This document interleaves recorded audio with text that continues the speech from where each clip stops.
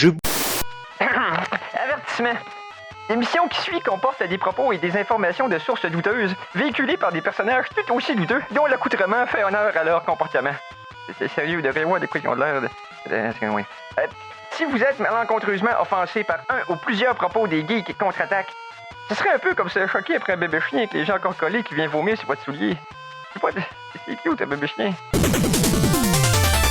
En direct des entrailles de CKRL, voici les geeks contre-attaque!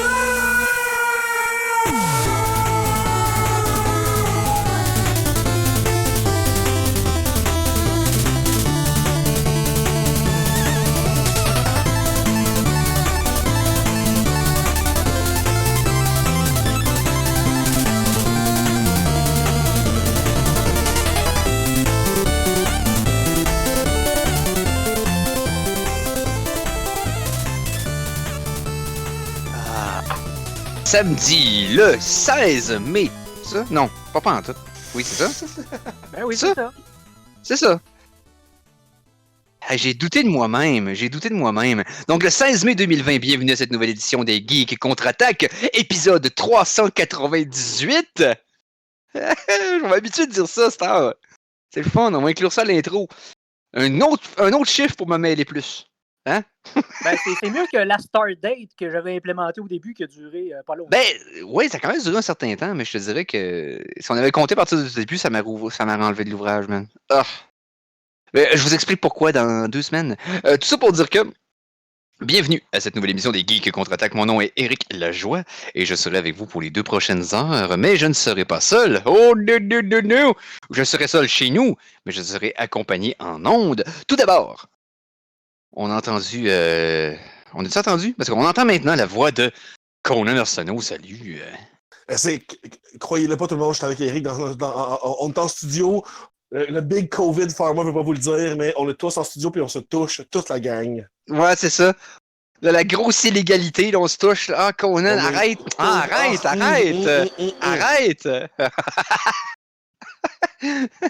C'est juste la qualité changeante de nos sons respectifs. C'est juste parce que, dans le fond, on met notre main à notre bouche de façon différente. C'est pas pantoute parce qu'on est chacun chez nous. Là, on est vraiment tous dans la même pièce. Là. Hey. Ensuite, on a Stéphane Goulet dans les studios d'Arcade Québec. Salut, Mister! Salut Eric, très content d'être là cette semaine encore une fois. Yes, nous autres, merci, voyons là. Ensuite, à la non en onde, à la mise en nom, c'est vrai, à la mise en nom, Mikey G, salut! Salut! Moi, cette semaine, je suis rendu un journaliste d'enquête. J'ai fait une enquête solide sur le fait qu'une quincaillerie bien connue qui a été achetée, vient du Québec, a été achetée par l'Ontario, ben là, a été rachetée une 3e fois, mais cette fois-ci par les Soviétiques. Donc, je vais sortir mon livre d'enquête qui va s'intituler « Le cas Ronavirus ». Malade. Le coronavirus. Ah, Mikey! Ça! Hey, ça fait 2, là! 2 pods avec tout le coronavirus en 2 semaines. Ouais, mais là... Je me rappelle la semaine passée du malaise, hein, il était intense, total, c'était fou. C'était le silence que j'ai occasionné qui m'a bien fait rire, moi. Ouais. Ouais. Parce qu'il a comme fallu que je repense à ce que je venais d'entendre. Puis que, il est-tu vraiment? Il a vraiment dit. Bref, donc on va commencer à 4 et dans le fond, on va échanger un collaborateur pour un autre là, parce que Conan ne peut pas être là tout le show, de ce que j'ai pu comprendre. Mais, mais quoi? Hein? Non, c'est ça. C'est ça. Et on arrête de parler en même temps. Donc, c'est Phil qui va venir prendre la relève d'ici la fin du show. Donc, notre pyrologue Phil Jacques. Voilà, tabarouette. De la misère à parler. Donc, je pense qu'on est dû bien avec l'actualité, mais que je m'en fâche encore plus. Quoique, je suis assis. Comment je fais, moi? Anyway. Pour apprécier les meilleures sources d'informations, vous devez vous exposer au pire. Voici les Geektualités.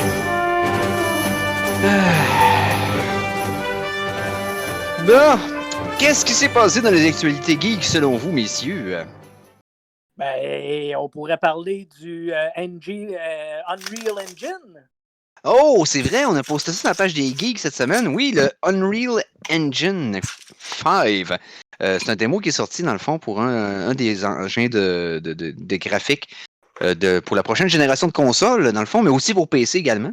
Dans le fond, c'est le fameux engin Unreal qui sert dans beaucoup, beaucoup de jeux. Chaque fois que vous voyez le logo de Unreal, le U, au départ d'un jeu, c'est qu'il utilise cet engin-là. C'est un engin qui est très populaire. Là. On pourrait faire une liste des engins à un moment donné parce que ça pourrait être un sujet intéressant.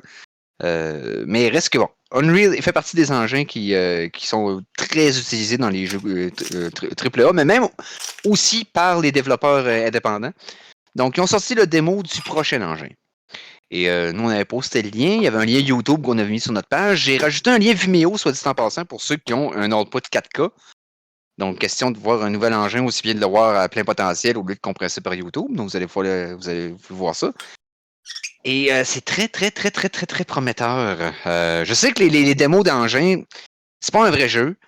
Mais par contre, c'est du gameplay. Dans le fond, c'est émulé en real time. OK? Avec le dev kit de PS5. Donc, c'est avec les ressources qu'on va avoir à notre disposition avec la prochaine génération. Ce qu'il faut comprendre, c'est que c'est pas une démo de PS5, là, c'est bien important de le comprendre. Non, exactement. C'est de la façon dont c'était présenté, là, ça pouvait être un peu confondant, là, j'imagine. Exactement. Pour certaines personnes. Là. Exactement. C'est qu'ils ont utilisé un dev kit de PS5 pour faire leur démo, mais c'est pas une exclusivité PS5, c'est pas une nouvelle de PlayStation. C'est vraiment l'enjeu de Unreal.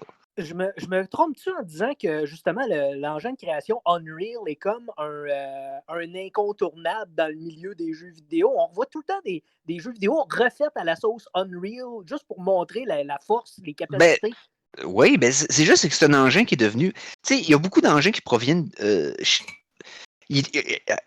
À partir du moment où il y a des jeux 3D, les compagnies qui ont commencé à développer des engins ont eu la brillante idée des fois de vendre le code source à d'autres compagnies qui, eux, avaient peut-être pas les moyens de bâtir un engin de physique. Mais une fois avec un engin physique dans les mains, mettons pour faire des ports, ben là, ils étaient capables de bâtir des jeux de trippant avec les assets qu'il y avait déjà présents. Parce que c'est beaucoup, beaucoup d'ouvrages monter un engin graphique. Si vous vous rappelez la saga de Metal Gear Solid 5, ce qui avait pris beaucoup de temps à Kojima dans le temps pour comme finaliser son jeu, puis il y avait eu des délais, puis là, Konami s'était écœuré, puis ils l'ont forcé à le sortir comme prématurément, c'est qu'ils ont bâti leur propre engin graphique. Mm-hmm. Ce qui est rare dans l'industrie qu'un jeu fait ça, dans le fond. Ça, c'est des compagnies spécifiques qui font les engins maintenant. Et donc, c'était le Fox Engine pour Metal Gear Solid 5, qui ont réutilisé eux autres aussi, ils ont gardé le code du Fox Engine pour le transposer à Death Stranding. Donc, c'est leur propre engin de physique graphique. On connaît celui de Unreal. Il y a aussi celui de... Comment il s'appelle déjà? Celui qui est utilisé pour Dark Souls, puis qui est utilisé pour tellement de jeux. J'essaie de m'en rappeler, je veux pas. En tout cas, bref. On a parlé aussi dans le passé par rapport aux jeux de sport. Là. EA qui utilisait anciennement... je me rappelle plus de l'engin d'avant, mais c'est Frostbite, le nouveau. Oui. Puis qu'il y avait certains jeux qui avaient fait le jump vers Frostbite, d'autres pas. EA est capable de développer un engin graphique, ça c'est certain. Unreal, c'était pour ceux qui se rappellent, dans le fond, c'est un FPS fin des années 90, début 2000, qui était un dérivé de Quake puis de Doom et tout ça, mais un jeu qui était uniquement en ligne. Puis il avait développé un engin graphique qui lui permettait d'être beaucoup plus léger pour pas que ça soit un poids supplémentaire sur le gaming online pour que ça puisse être le plus léger possible et fluide et tout ça. Bon. Au fond, c'est des produits clés en main que des compagnies donnent à d'autres compagnies pour s'assurer vraiment de faciliter leur travail. Exact. Une compagnie qui est très connue justement pour faire ça, c'est Valve avec sa super plateforme Steam. Oui, le Source Engine de Valve, oui. C'est bien connu, là, eux font plus d'argent en vendant leur fameux moteur qu'en vendant des jeux vidéo. C'est quand même hot. Mm-hmm. C'est quand même vraiment, vraiment hot de voir ça et de voir que ça peut être aussi payant pour ces compagnies-là. Exactement. Le Source Engine, d'ailleurs, à la sortie de Half-Life 2, il y avait une version leakée du Source Engine de Valve qui avait été piraté avant sa sortie officielle pour les développeurs. Et vous regardez les articles, le jeu Max Payne avait utilisé cette version pas encore légale là du Source Engine, puis ça avait créé une controverse. Il y avait pas, je me rappelle pas s'il y avait eu des poursuites, Mais finalement, ils ont eu le droit de le garder quand l'engin a été comme officialisé. Tu sais. Mais Max Payne a été construit sur un, sur un code du Source Engine qui n'était pas encore legit. Ben, je me souviens de Max Payne. C'était un jeu que je tripais pas vraiment, mais il était beau. Il était vraiment beau. Oui, puis graphiquement, il runnait bien. Puis on se rappelle que l'engin de Half-Life à l'époque, là, le Source Engine avait été révolutionnaire. Half-Life 2 était des bons, était un bond en avant de peut-être 2 ans sur toute la compétition. Comme quand Half-Life 2 sortait, là, c'était malade. Là. En passant, j'ai la réponse de Dark Souls, c'est Havok. Oui. Havok, oui. Havok aussi qui est un engin graphique qui est très très populaire aussi, très prisé. Pour ce qui est de la physique des déplacements pour des humanoïdes. Pour avoir un bon feeling du poids puis pour pas que ce soit un engin trop floaty, un peu à la cryo. Je me rappelle plus du nom pour celui de Bethesda. Un peu à la Princess Peach dans Mario Bros 2. Ouais, c'est ça. Mais Fallout, Skyrim, là, c'est des engins qui sont très floaty, qui sont pas super cool pour la reproduction physique des mouvements d'un personnage. C'est des engins qui sont beaucoup plus performants sur la simulation en temps réel des objets et de la gravité. Pour ce qui est de... Qu'est-ce que vous en avez pensé, là? Bon, OK. Ouais, c'est ça, là, je suis parti sécher, moi, là. OK, bon. Tout ça pour dire que le nouvel engin, ce qu'il permet de faire, le démo, ce qu'il nous a montré, c'est vraiment genre un démo d'un jeu à la, mettons, Tomb Raider. Là. Ce que quelqu'un explore, c'est pour montrer ce qu'il pouvait faire avec la lumière.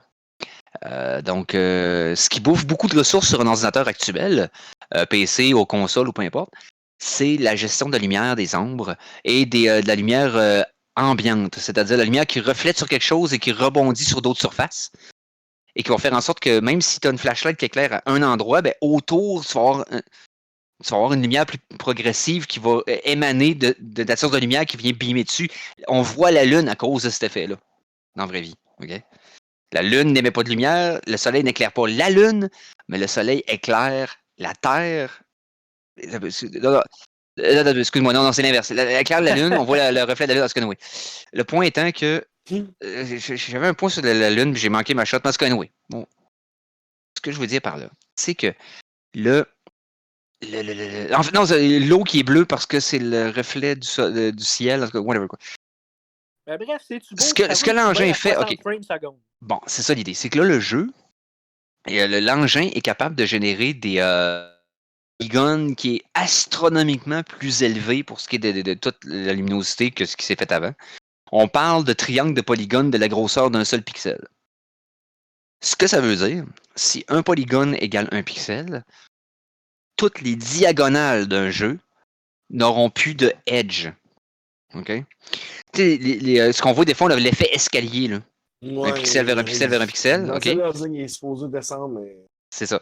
Et présentement, ce qu'on voyait dans la génération actuelle puis celle d'avant, dans le fond PlayStation 3, PlayStation 4, pour y aller avec PlayStation, c'est que pour enlever cet effet-là de trop rough sur les bords, c'est qu'ils mettaient un genre de ce qu'ils appellent un anti-aliasing, dans le fond, qui fait un genre de flou sur l'image qui va rondir ces coins-là pour que ça ait l'air moins comme pointu. Puis, par contre, ça demande des ressources aussi.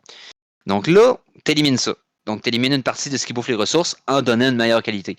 L'occlusion ambiante, la lumière, ainsi que les ombres dynamiques, et tout ça est géré par le programme d'une façon beaucoup plus fluide à l'intérieur d'un seul funnel de calcul versus un paquet de programmes qui s'embarquent un par-dessus l'autre pour tout faire. Là, OK, je suis pas programmeur. Donc, ça met tous les calculs dans un entonnoir puis ça focus tout ça. Là. Ben, ce que je te dirais, dans le fond, ce que ça fait pour Monsieur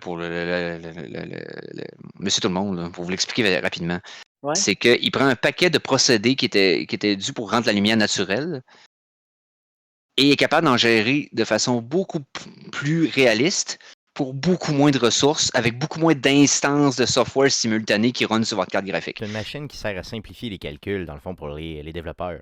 Exactement. Puis ça aide vraiment à gérer un peu tous les assets dans un jeu. Exact. Parce que, oui, c'est pour ça que quand vous jouez à un jeu de PC, vous mettez toutes les options à ultra versus la version console. Vous avez un jeu beaucoup plus beau, beaucoup plus léger, avec des lumières beaucoup plus naturelles, parce que là, votre ordi est capable de bien mieux dispatcher. Vous pouvez manuellement tout ajuster pour qu'il run exactement à la vitesse que vous avez besoin par rapport à la machine que vous avez. Le PlayStation est une bête fixe, right? Mais avec ça, là, ça va comme normaliser les meilleurs graphiques possibles sur la plupart des plateformes qui vont être disponibles au moment où l'engin va être bel et bien installé là, chez les développeurs. Là, on parle de peut-être encore dans 2-3 ans, que les jeux soient capables d'exploiter cet engin-là à plein potentiel. Mais c'est vraiment prometteur parce que présentement, on est capable de faire des meilleurs graphiques que ce qu'on voit. On est encore arrêté par les machines que le consommateur a chez eux. Okay? Parce qu'il fut un temps où les machines étaient fortes et que les jeux essayaient de rattraper. Là, c'est plus le cas. Là. Les jeux, ça fait longtemps qu'on a dépassé ça, puis là, on est arrêté par la machine et on essaye de la pousser jusqu'au maximum qu'on peut. Là, ce démo est très intéressant pour ce qui s'en vient dans le futur. Et ils ont annoncé quelque chose de supplémentaire dans la nouvelle, c'est que ils vont rendre l'engin gratuit d'utilisation pour les producteurs indépendants jusqu'à ce qu'ils atteignent 1 million de ventes. Donc, s'ils ont pas... Par contre, c'est pas les seuls à faire ça. Il y a Unity aussi qui fait ça. Il y en a plusieurs. Pas de nouvelles, mais ils l'annoncent avant même la sortie du programme. Oui, il y en a plusieurs quand même qui le font. Il faut garder ça en tête, là, c'est vraiment important. Yes, donc de fait de dire, regarde, quand tu feras un certain montant d'argent, là, à ce moment-là, redonne-nous les redevances, simplement. C'est ça. Là, tu payes le prix. C'est ça, une redevance, that's it. Donc, non, c'est toutes des bonnes nouvelles. Puis l'engin, il t'accote. Ce que j'aime du démo, c'est qu'il te montre tellement de situations différentes dans lesquelles l'engin est poussé. Puis de voir à quel point il livre, c'est... J'ai hâte de voir. Le PlayStation 5, là, sachant qu'il est capable de pousser ça, sachant qu'il va avoir un lecteur, un Solid State Drive, un SSD, qui, moi, personnellement, en ayant vu de première source avec mon ordinateur la différence entre un SSD et un disque dur standard, écoute, là, tu passes du passé au futur. Là. C'est, comme performance de disque dur, c'est malade. Là. Non, on parle de VHS à DVD. Là, c'est ça, exact. C'est un gap générationnel. Exact. Mais tu sais, comme toute chose, comme tout gap générationnel, ce sera vraiment pas long qu'on va voir la limite. Parce que il y a déjà comme 8 technologies qui s'en viennent, que les développeurs sont déjà en train de les inventer, c'est comme cool, mais j'en ai pas pareil. Je veux dire, mais c'est ça, c'est que le step entre le PS4 et le PS5, parce que le step-up, dans le fond, le gap entre le PS4 et le PS5 va être de loin supérieur entre le PS3 et le PS4. Il va plus ressembler au gap qu'il y avait eu entre le PS2 et le PS3. Ouais. Ça avait été drastique, si vous vous rappelez. Là. Il y avait eu vraiment un step-up. Entre le PS3 et le 4, c'était plus... C'est une chose, là. C'est une nouvelle génération de consoles. Là. Tout le monde va être plus performant. Ah oui, c'est fait pour toutes. Là. La Xbox aussi va être plus performante. Là. Non. Bon, le petit fan de Xbox. Oui, mais là, ma Xbox, ça peut pas. Je suis pas un fan de Xbox. J'en suis pas un. J'aime les deux égales. Je suis pas d'accord. Ouais, si tu veux jouer à un petit jeu en ligne avec tes amis à Fortnite, tu vas être capable aussi sur Xbox. C'est sûr. Ben oui, c'est ça. Non, c'est ça. Xbox est beaucoup plus pour spécifiquement le jeu en ligne. Non, on ne se le cachera pas. Là. Xbox, ça a toujours été leur force. Et à savoir si l'engin va leur permettre d'être plus... de libérer un peu de charge sur leur serveur puis qu'ils maintiennent un peu plus longtemps ou avec plus de stabilité. Tabarouette, c'est juste des bonnes nouvelles pour tout le monde. Là. Donc, ouais, c'est très intéressant. C'est tellement une belle époque pour être un gamer. Là. Et là, oui. Puis surtout que les derniers mois de confinement ont fait en sorte que les nouvelles de gaming ont popé, mais de partout. C'est insane. Toi, tu le vois que les Arcade Québec, là, les nouvelles de jeux vidéo, là, ça fuse là, de toutes parts. Là. Parce que y a-tu de quoi qui se fait mieux en télétravail que de faire des jeux vidéo? C'est ça. Tu sais, je veux dire. Exactement. Hey, on a fait un 18 minutes juste là-dessus. J'ai même pas encore mis à tout de la semaine. Tu partais pour une petite tourne courte? Oui! Allons-y avec une petite tourne courte. Sais-tu quel job qui se fait très mal en télétravail? C'est quoi? Travailler sur des télévisions.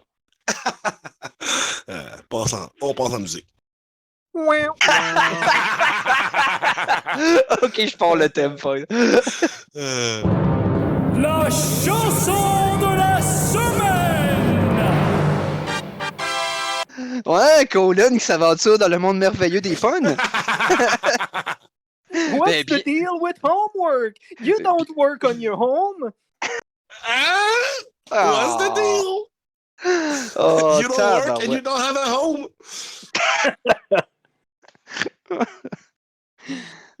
Bon, ok. La chanson de la semaine 1. Et là, pour ceux qui ont écouté le show dans les 2 dernières semaines, ça ne sera pas une grande surprise. Pour les autres, have at it. Ça fait 2 semaines que Mikey m'a mis en charge de trouver une tonne et ça a été plus compliqué que je pensais. C'était d'une émission de télé qui a joué dans les années 80, 1985 pour être plus précis, si je regarde ça ici. Donc, on parle de l'émission Fraggle Rock. T'étais déjà vieux quand ça a commencé, ça veut dire? Ben, j'avais 8 ans. Elle était meilleure, celle-là, Conan. En fait, c'était en 83 ou en 85, en tout cas, parce que je me rappelle qu'en revenant d'une opération que j'avais eue à l'âge de 7 ans, j'écoutais ça à la télé pendant ma convalescence. Donc, ça commençait à jouer dans ce temps-là. Et donc, Fraggle Rock, et on se souvenait tous du thème en parlant en ondes de la version québécoise. Quand on va sur Internet et qu'on cherche Fraggle en français, c'est le thème de la version de France qui sort. Ça doit tellement pas être bon. Ben, c'est juste parce que c'est différent, c'est pas les mêmes paroles, c'est weird. C'est pas le même feeling de nostalgie. C'est ça. Un peu comme quand t'écoutes un extrait des Simpsons, mais de France. C'est bizarre. Ouais, c'est weird, c'est weird.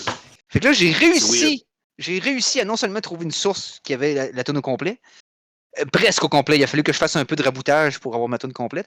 Mais il a fallu que j'édite beaucoup la track sonore pour qu'elle soit audible. OK? Parce que là, c'est un extrait de vidéo qu'il a fallu que j'enlève le background noise.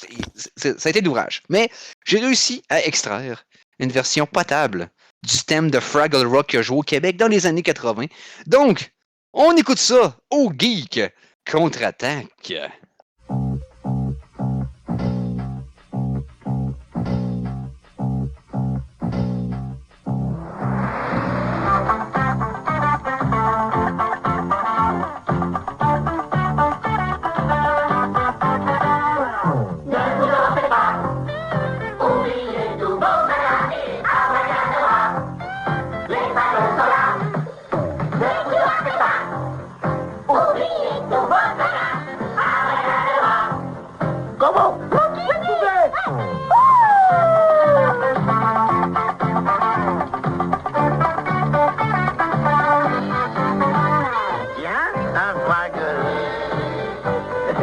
Regarde, maman, un Fraggle.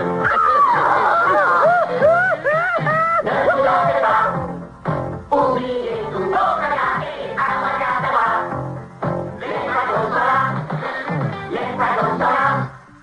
les Fraggles sont là. Et on vient d'entendre le thème de Fraggle Rock en français. Les Fraggles sont là. Là, j'ai pas le nom des artistes qui ont participé à la tune, bien sûr, mais bon. Love là. Booba, Gumbo. C'est ça, c'est Boubert, puis Red.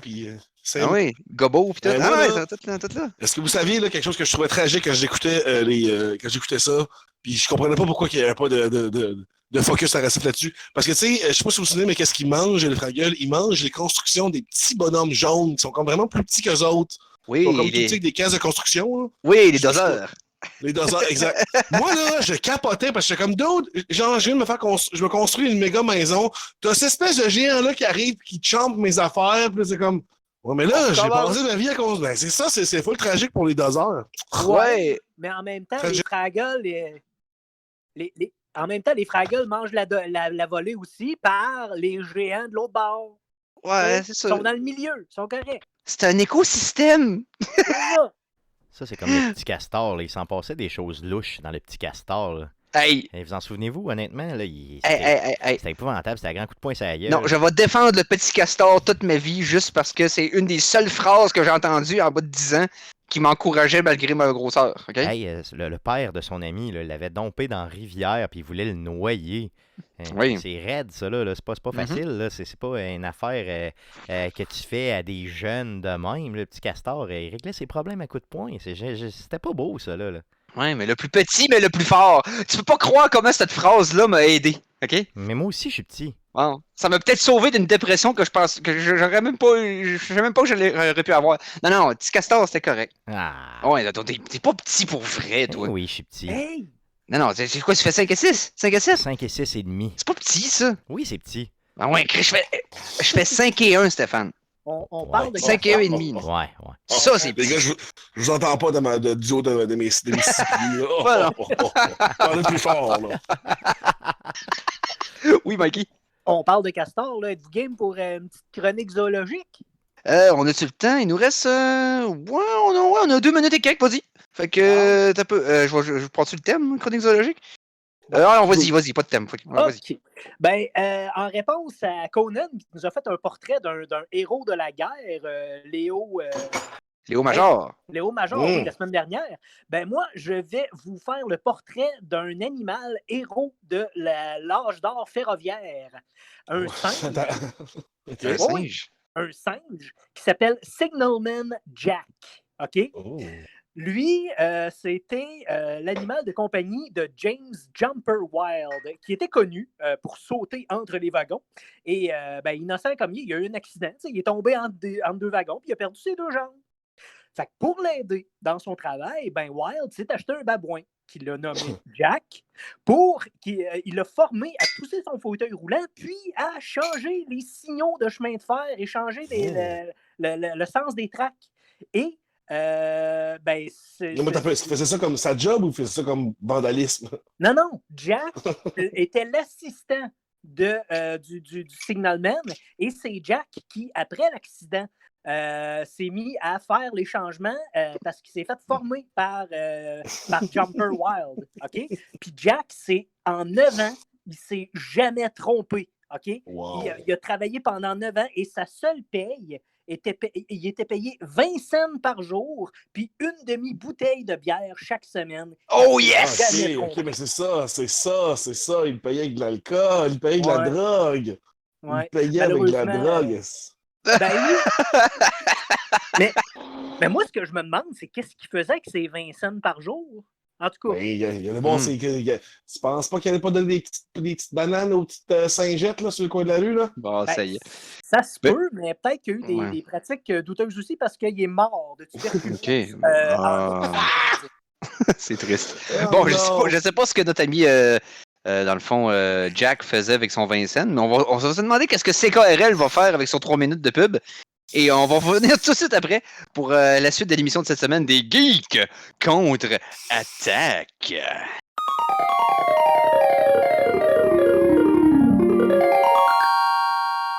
De retour de la pause, revoici les Geeks contre-attaque! Et nous sommes partis. Nous sommes de retour. Non, nous sommes partis. Nous sommes de retour pour la deuxième partie de l'émission de cette semaine, de samedi le 16 mai 2020. On est parti, on est revenu, on est de retour. C'est ça. De retour, yes, de retour. Je vais finir par réussir mes 4 introductions de demi-heure de façon adéquate pendant un show. Faut juste que tu t'enregistres la faire une fois parfaitement, puis tu la remets à chaque fois. Faut que tu la fasses le plus robotique possible pour qu'il y ait le gros clash de comme. Ouais. Alors aujourd'hui, cette semaine, on reçoit. Hey, fait que là! Surtout que dans 2 semaines, je vais en avoir 6 à faire au lieu de 4. Hein. On a parlé. 400e. Oui, c'est ça, le 400e épisode qui s'en vient. Donc le 30 mai. Soyez à l'écoute, on va avoir plein de surprises pour vous autres. Là, regarde. Mais je dis qu'on a plein de surprises pour vous autres. On en a cette semaine aussi, mais je vous en dis pas plus pour l'instant. On va commencer à la place avec la chronique suivante. Chronique Gadget! Et là qui va là? Ça va être la joie! Au nom de la loi! Je vous arrête là!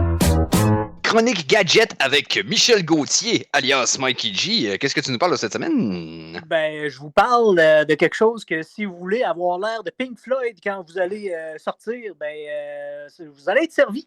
Connaissez-vous le studio de production Creative Club? Creative Club, vous me dites? C'est une compagnie qui a déjà conçu des installations, exemple des événements comme des artistes comme Skrillex, Grimes, Zed and the Chainsmokers. OK, bon. Cette compagnie-là a planché sur une combinaison, OK? Une combinaison qu'ils ont appelée Microshell. C'est une combinaison d'équipements de protection individuelle. Donc, dans le temps d'aujourd'hui, dans cette pandémie qui fait rage, les bars et les clubs vont pouvoir rouvrir grâce au Microshell. Qu'est-ce que ça fait, le Microshell? Ça permet aux gens de se rapprocher en toute sécurité.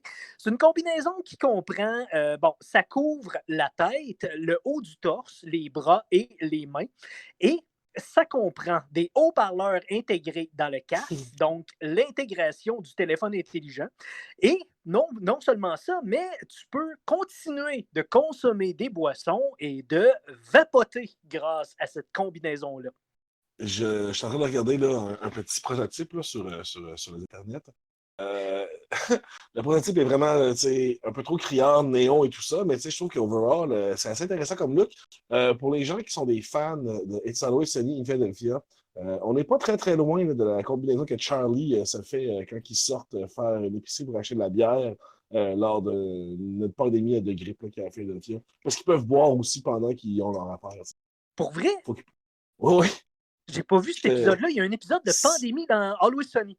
Oui, c'est The Gang Gets the Flu, genre, puis tout le monde est malade. Et puis, il y a l'épisode où justement, là, ils sortent à s'acheter de la bière. Puis là, c'est là que... C'est dans le fond qu'ils se rendent compte qu'ils n'étaient pas malades, mais qu'ils étaient tout en sevrage d'alcool parce qu'ils ne buvaient pas pendant qu'ils étaient... En tout cas, mais ouais, c'est ça. Puis il y a l'excellente phrase de Dennis qui dit « Non, je suis pas malade. » Dennis a l'air de mourir, le personnage est tout gris, a l'air de mourir.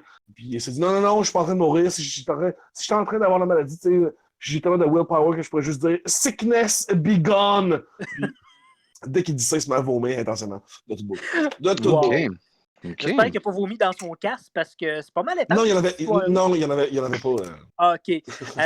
La cerise sur le sundae du Mick Rachel, c'est que ça couvre que la moitié supérieure du corps. Donc, les porteurs peuvent facilement effectuer des activités normales comme utiliser les toilettes ou même avoir des rapports sexuels. Exact. Donc, tu peux avoir ton saut. Ça doit tellement être agréable, tellement. Tu peux avoir ton saut, faire l'amour. OK, c'est... Ouais. C'est comme la capote géante dans L'agent fait la farce. Naked Gun, le premier.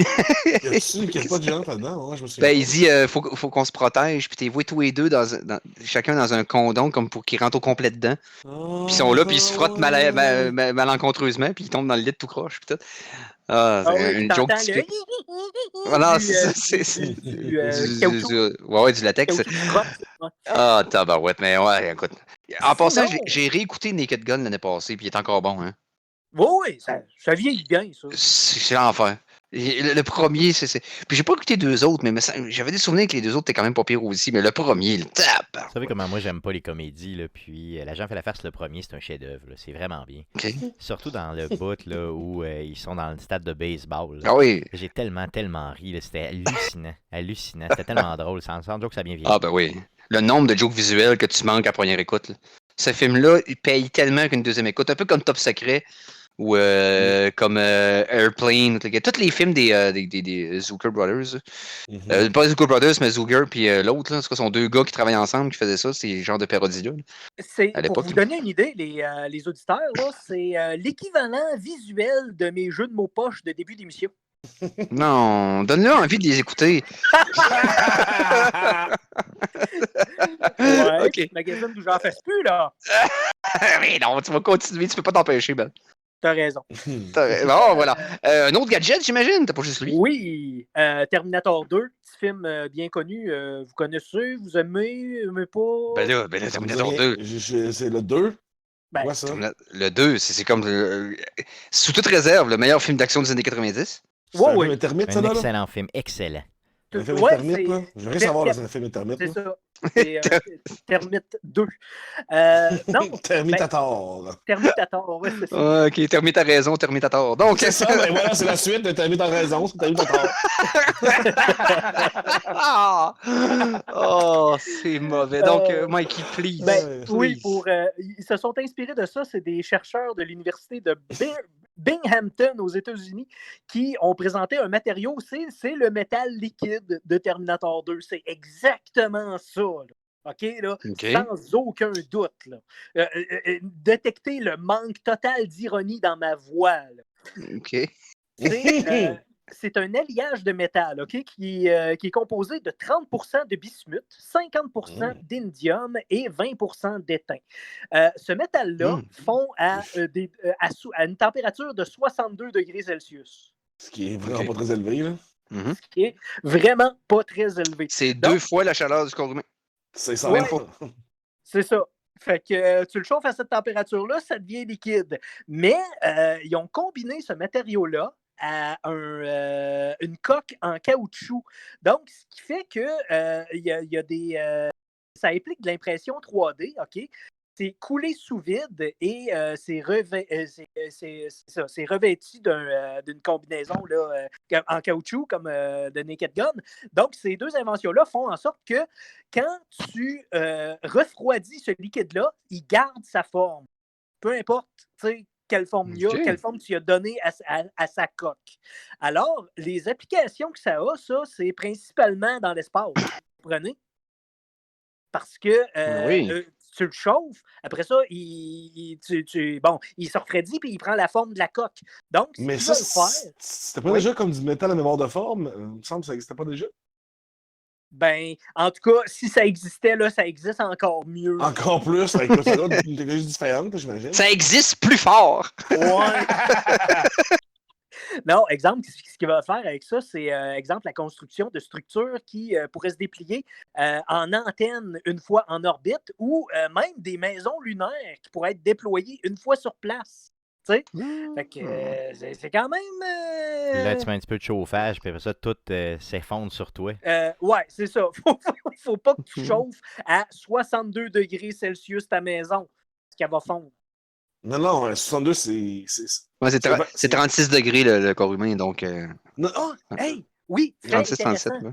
Par rapport à un fait intéressant par rapport à notre température corporelle. On pense souvent que la température du corps est de 37,5, hein? Mm-hmm. Mais c'est inexact.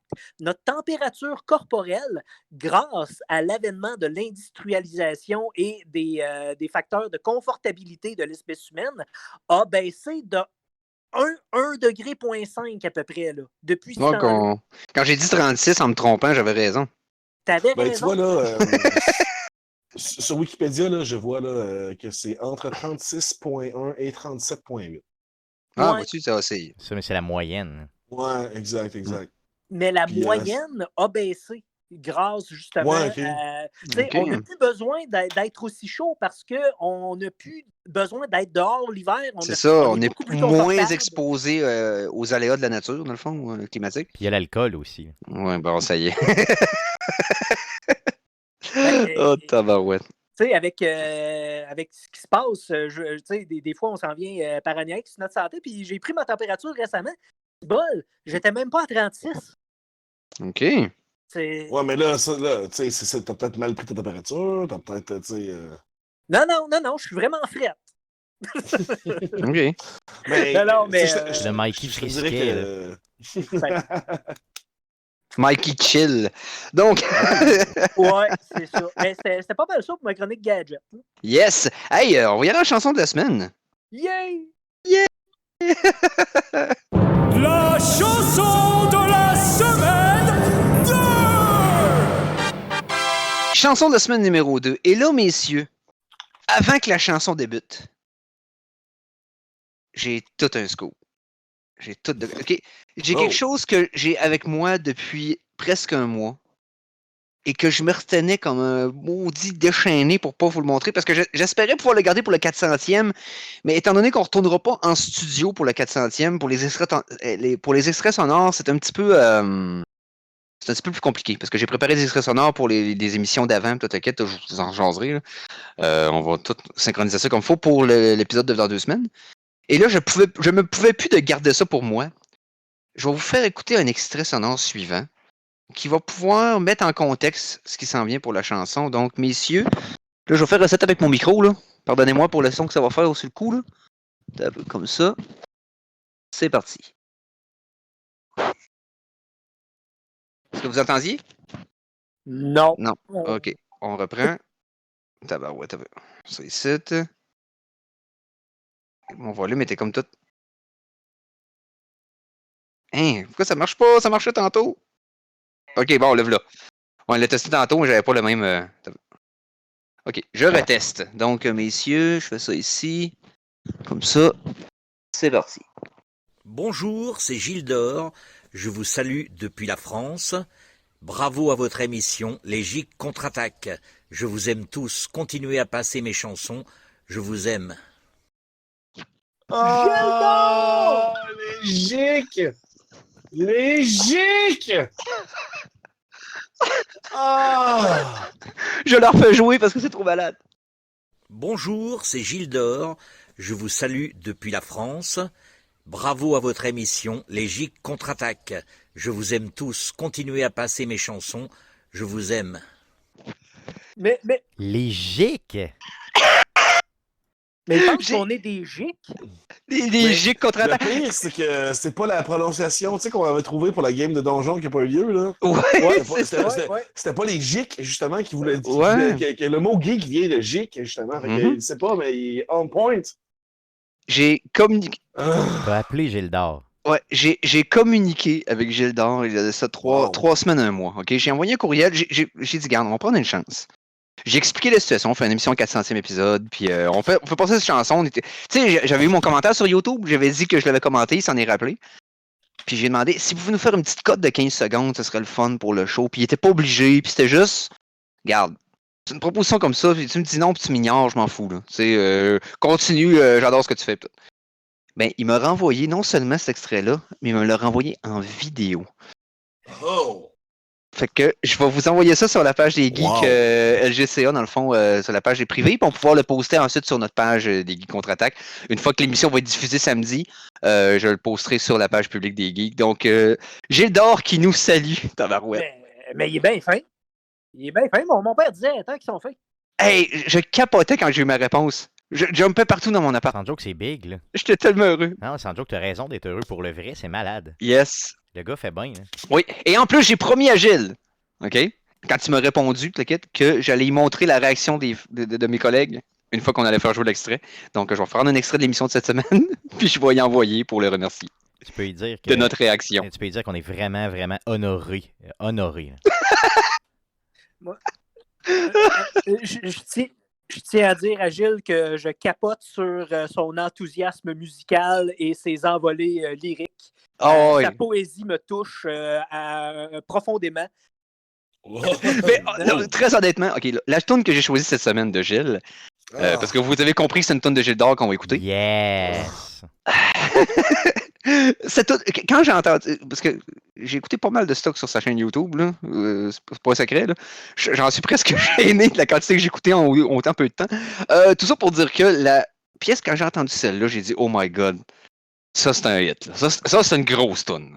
Un peu comme quand j'avais fait jouer La. Vous vous rappelez qu'on avait bien aimé cette tune-là? Oui, écoute, celle-là, elle était bonne. Pas de cas orange qui est extraordinaire. Là. C'est mon hymne. Ma préférée, c'est Ma Belle.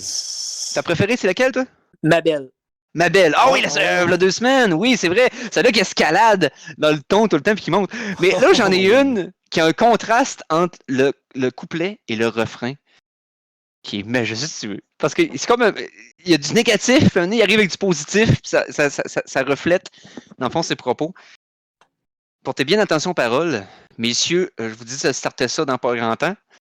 Donc, on va écouter de Gilles d'Or. Une des nouvelles mascottes musicales des Geeks qui contre-attaquent. Donc, Gilles d'Or, la pièce Heureusement. Donc, on écoute ça à l'instant. Ok, parfait. Au Geek contre-attaque. On nous fait bouffer de la merde, écouter des sons de gerbe, déifier de vrais escrocs, respirer de l'air crado. On nous gave d'images violentes, on nous fait baiser virtuel. Google est notre seul Windows. Heureusement, y a ton cul qui est beau comme un soleil et tes lèvres charnues, douces comme du miel. Tes seins que j'aime nus et pointés vers le ciel. Ta jeunesse dans la rue, chantant la vie rebelle. On nous fait aimer notre banque qui nous assomme d'agio. Les mêmes dirigent l'empire. On vote mais ça empire. La peur des fachos pratique pour qu'on oublie le manque de fric. On nous bourre d'anxiolytiques. Heureusement, y a ton cul qui est beau comme un et tes lèvres charnues, douces comme du miel, tes seins que j'aime nus et pointés vers le ciel, ta jeunesse dans la rue chantant la vie rebelle. La pub nous fait baver sur ce qu'on ne peut pas se payer. La télé nous rend accros à des programmes idiots. Ils nous empêchent de rêver, empêchons-les de dormir. Des fois, on a envie de mourir. Heureusement, y a ton cul qui est beau comme un soleil et tes lèvres charnues, douces comme du miel, tes seins que j'aime nus et pointés vers le ciel, ta jeunesse dans la rue, chantant la vie rebelle. Heureusement, y a ton cul qui est beau comme un soleil et tes lèvres charnues, douces comme du miel, tes seins que j'aime nus et pointés vers le ciel, ta jeunesse dans la rue, chantant la vie rebelle. Heureusement, y a ton cul. Heureusement, y a ton cul. Heureusement, y a ton cul. Wow. Donc, c'était Wow. Heureusement Wow. de Gilles d'Or. Juste wow. Magique. Écoute. T'attendais pas à ça, hein? Moi, là, je te dirais que je suis même un peu déçu, là, que, tu sais, Gilles est allé dans l'aussi grivois de bas niveau, là. D'habitude, il est toujours dans la haute poésie, il va quand même dans les images. Oh, là, si on se promène sur son site, il va... plissé, là, tu sais, c'est de la poésie, là. Ouais, je là, sais. C'est moins hot, là. Là, c'est un vieux cochon, là. Là, c'est un vieux cochon qui check les jeunes, là. Je me permets d'intervenir ici, Conan. Il s'agit d'un Gilles d'Or lubrique, oui, mais à la fois très engagé. C'est vrai qu'il y a le petit côté politique parce qu'il y a le côté rebelle, la jeunesse rebelle dans la rue, là, que ça ramène. Ouais. C'est vrai, ça ramène la politique. Ouais, non, c'est quand même. Non, c'est ça. Il y a quand même son niveau pareil. C'est juste que. Il y a l'âge qu'il y a. C'est tes seins que j'aime nus et pointés vers le ciel. Vers le ciel. Hey, c'est de la poésie, ça. De la grosse poésie. Grosse poésie. Oh oui, c'est fort. Ça fait pervers. Oh oui. Ça fait un petit peu pervers. Ah non, mais ok.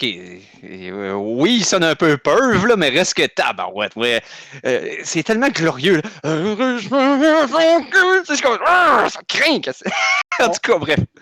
On vient d'entendre. Oui. Il devrait y avoir un cours à l'université qui analyse l'œuvre de Gilles d'Or. Oh, bad. Devenir un Gilles d'Orien. Ouais. Je suis maintenant un Gilles d'Orien. Donc. Heureusement de Gilles d'Or, disponible sur sa chaîne YouTube, bien sûr. Ok, j'imagine qu'il y a des fans qui comprennent pas ma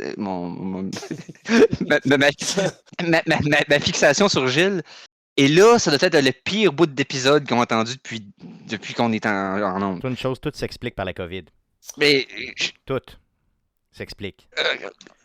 Non, je dis à ces fans-là, je vais finir par vous avoir. À l'usure. Ou si c'est pas déjà le cas. Parce que, oui, on en rit, là, mais il y a vraiment un hook, il y a quelque chose. Je peux pas juste rire de lui. Il y a vraiment de quoi être trippant avec ce gars-là, puis de la façon qu'il assume à 100% ce qu'il fait, puis qu'il se garoche là-dedans. Là. Full effet, full patente, avec toute la prod qu'il y a en arrière, puis les vidéos qu'il fait, puis tout, avec les effets, les layering. Le gars, il met du temps là-dessus, là. Puis, il fait rien à moitié, rien. Exact, il le fait pas à moitié. Ça, je respecte tellement ça, là. Donc, ouais, fait que voilà. C'est mon épopée Gilles d'Or pas qui prend fin, mais qui a atteint un apogée, là. Mais ça pique, là, tu sais, on pique ça pas pique, mal, là. Ouais, on pique, puis en plus, on va avoir un deuxième ID pour les Geeks contre-attaque après celui de Pérus, puis c'est celui de Gilles d'Or qui va nous présenter pendant les pubs. Wow. Et je suis content, je suis tellement content.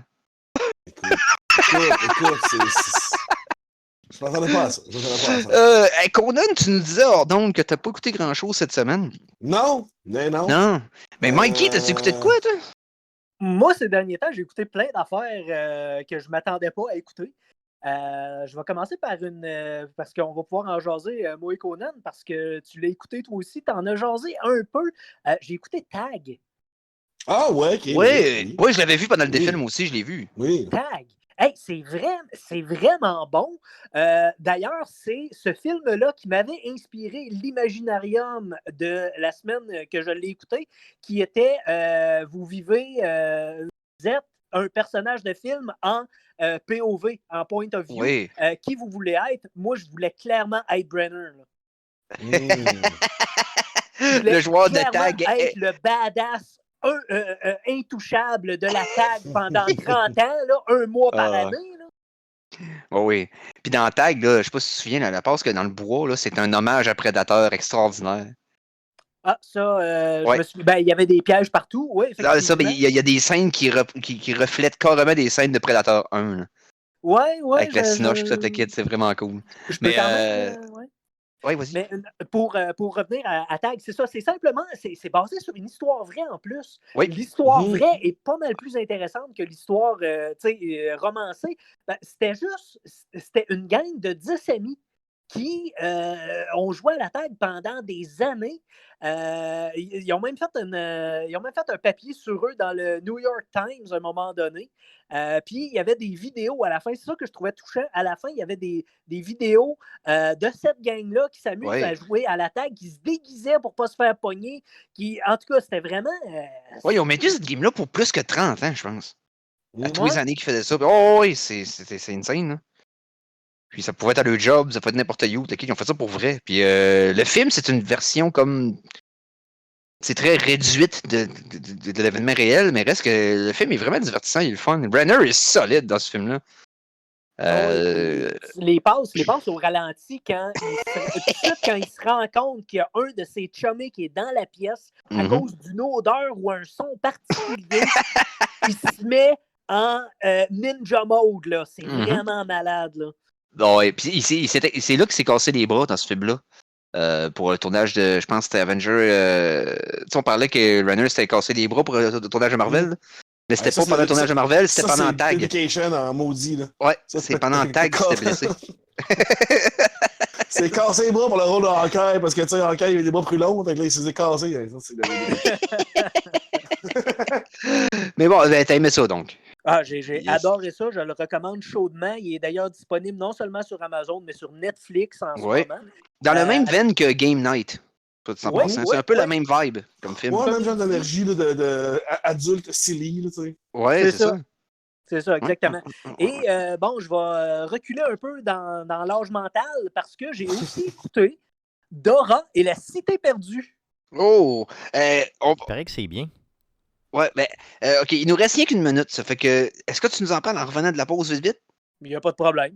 OK, ouais, c'est ça. En revenant de la pause. Ouais, à moins que t'en aies pas long à dire, mais... Parce que moi, j'avais vu les trailers de ça, ça avait l'air intriguant. Fait que j'ai hâte de voir ce que tu vas nous en dire.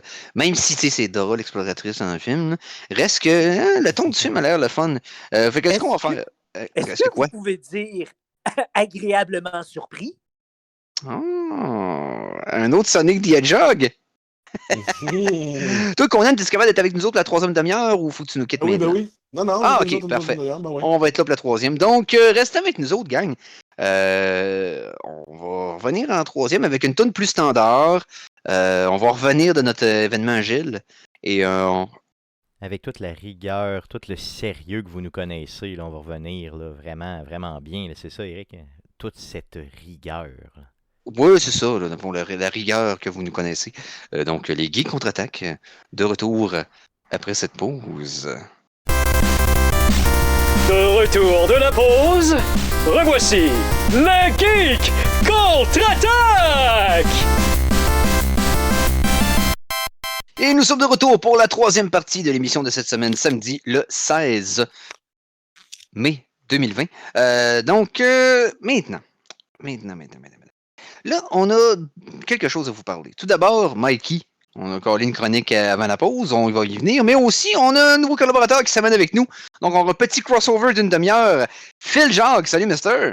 Hey, salut la gang. Yes, tu viens prendre le relais de Conan qui va partir après la demi-heure. Donc, la dernière demi-heure, on va être avec toi. Mais là, vous allez être là en même temps, les deux. C'est fou. Regarde. C'est la magie du direct. C'est la magie de la radio. Le direct. Alors, on avait déjà un fil de près en arrière du comptoir. Oui. Oui. Après avoir passé 2 heures au four, je suis bien cuit dans mon jus. Yes. Bon, ben, tabarouette. Bon, OK, on va faire une chronique cinéma parce que, il me semble que c'est à propos. Puisqu'il le faut. Puisqu'il le faut. Chronique cinéma!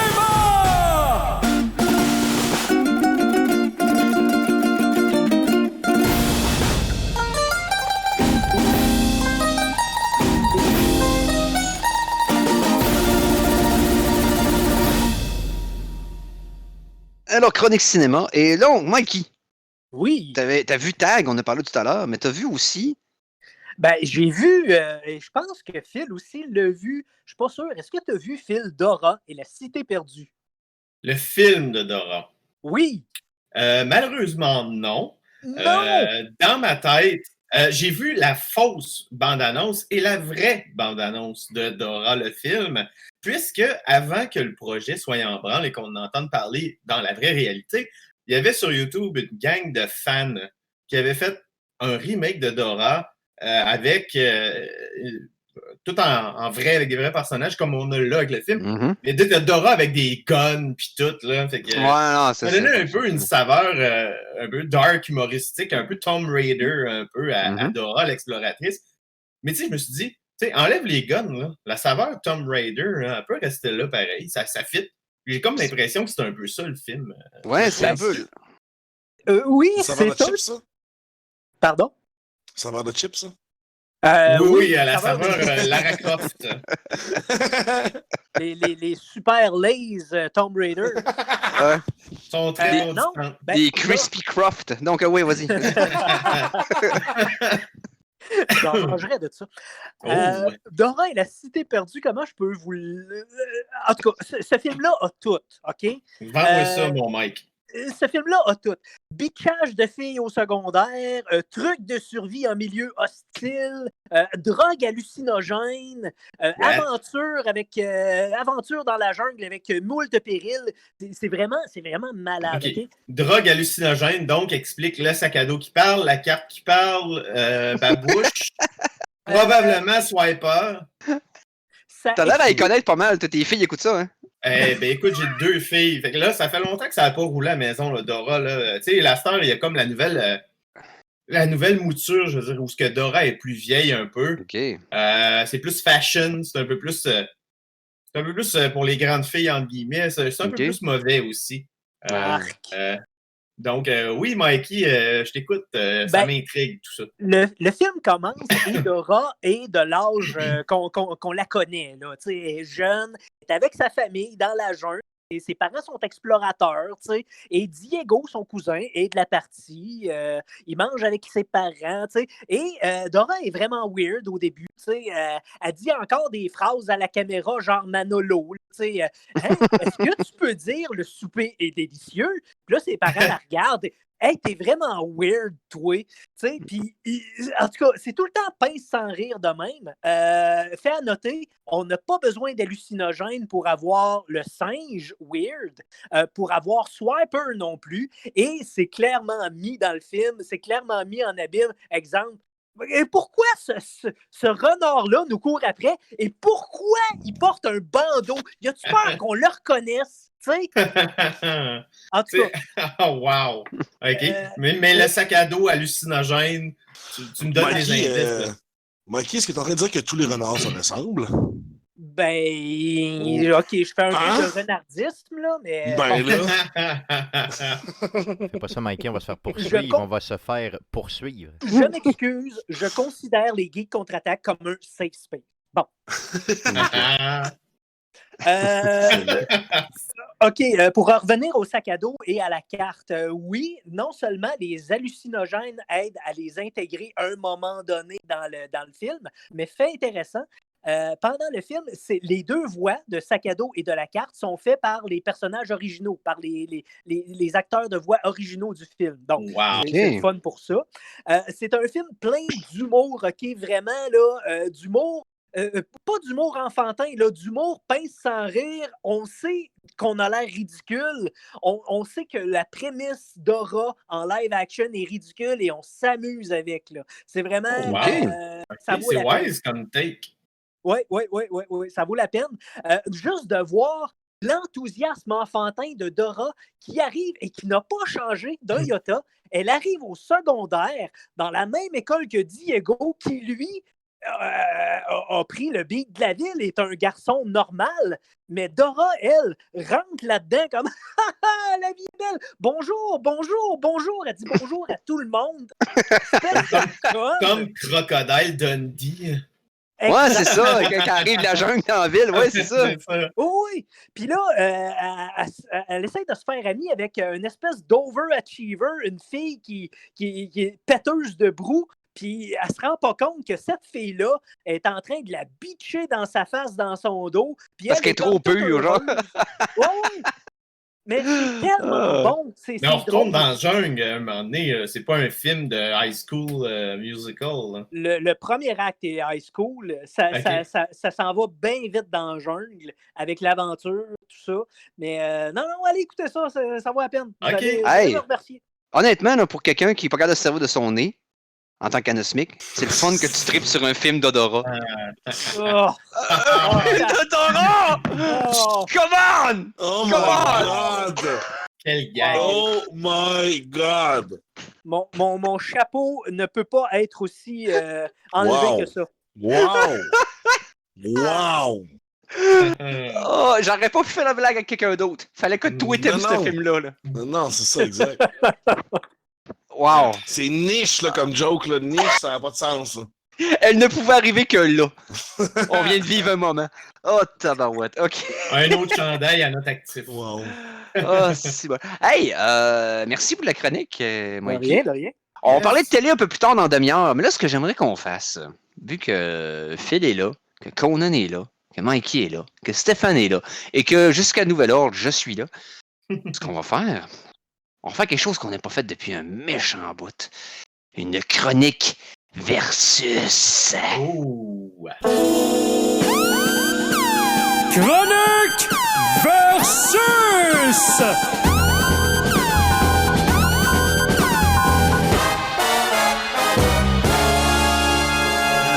Donc, chronique versus, Phil! Tu as tort, Phil, tu as tort. Non, vous êtes tous des... Non, on a tous raison et tort à la fois. Vous êtes tous des... Non, vous connaissez rien. Vous êtes tous des CNN, vous connaissez rien. Fake news all over the place. Ben, hey, beau segway, Conan. Beau segway. Parce que je veux qu'on parle d'actualité. C'est rare qu'on va dans le politique, c'est rare qu'on va dans la vie non geek, mais la science, c'est très geek.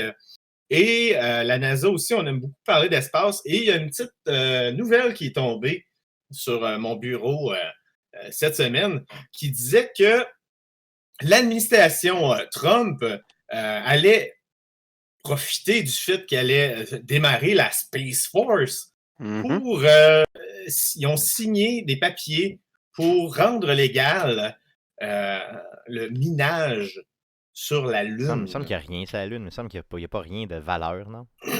Non? Ben ouais, me semble. Non, mais là, c'est parce que... C'est parce que c'était envisagé, mais c'était pas encore de façon concrète. C'était pas encore tangible, là, avec la Space Force. Puis, ils ont signé vraiment des accords diplomatiques là-dessus. C'est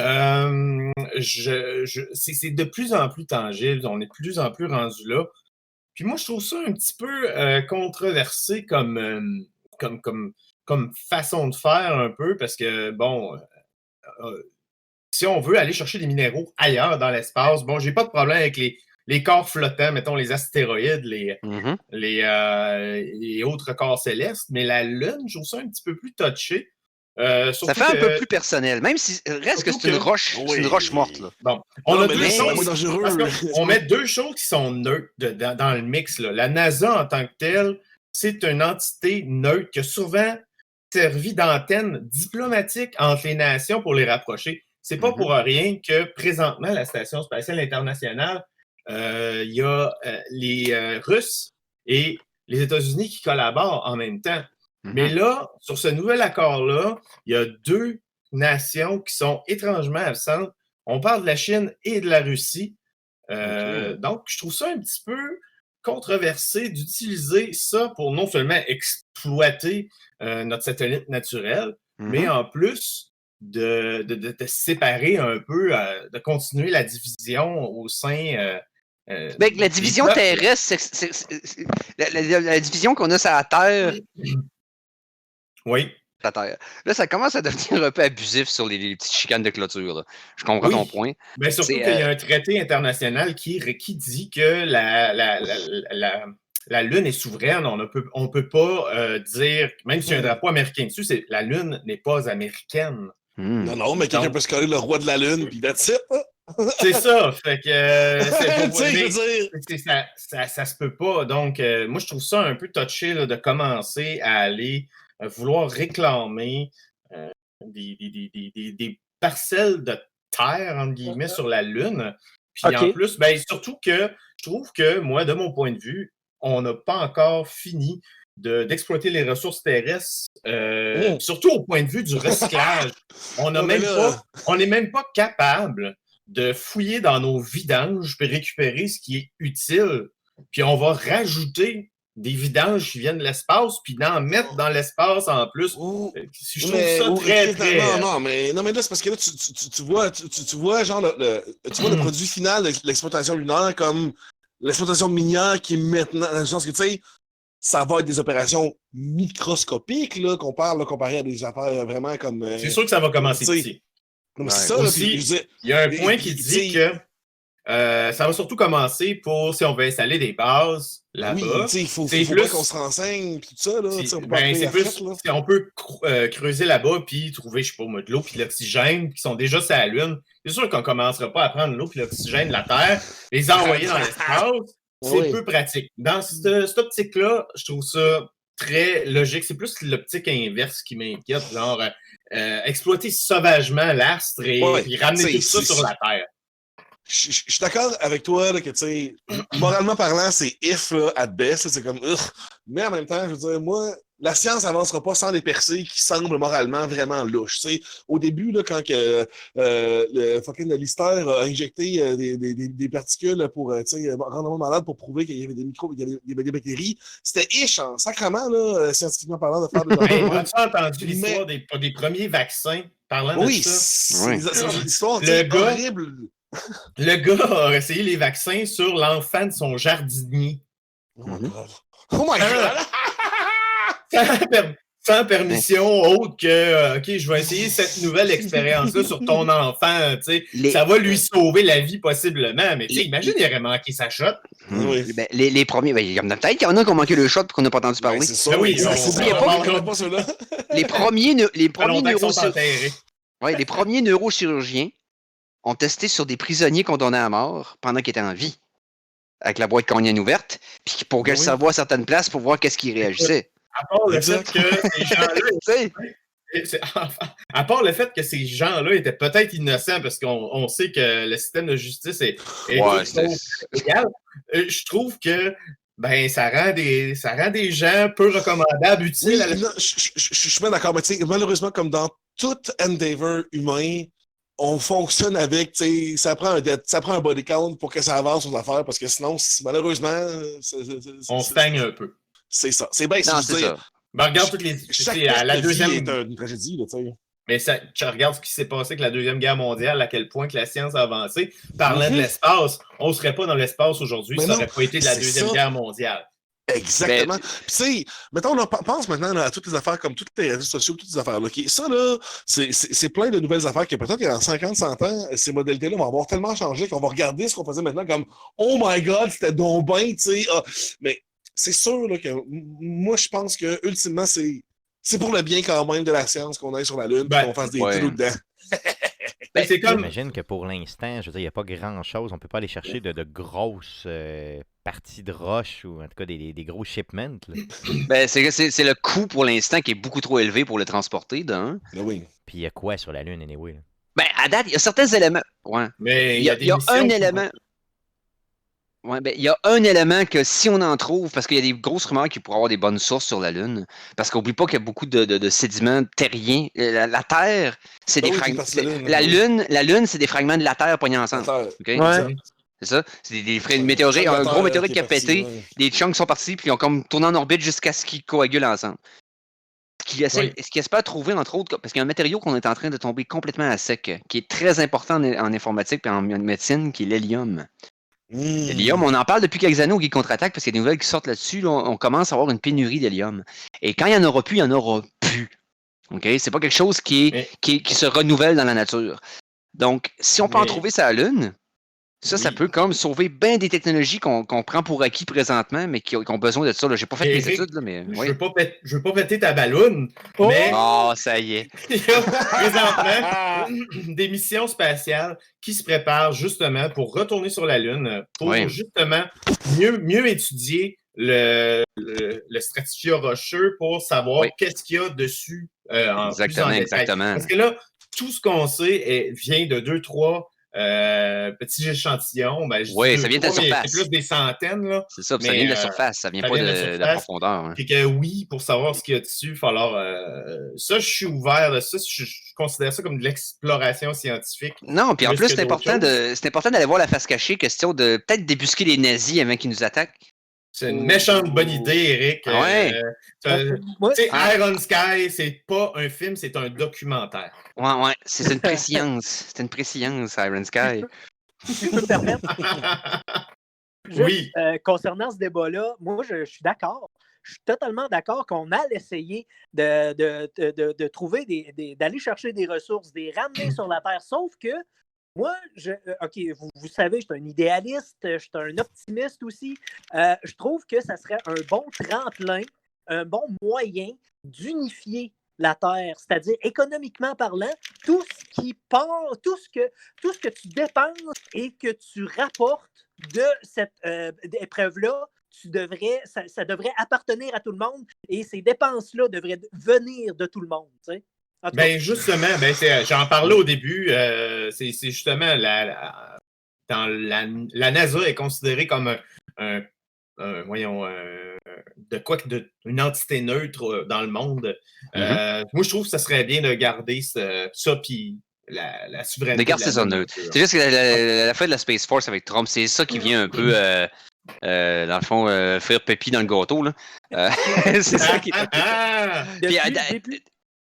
D'ailleurs, vous vous souvenez quand il y avait annoncé à Space Force qu'il y avait eu une annonce en même temps de la gang de The Office qui allait écrire un film sur Space Force?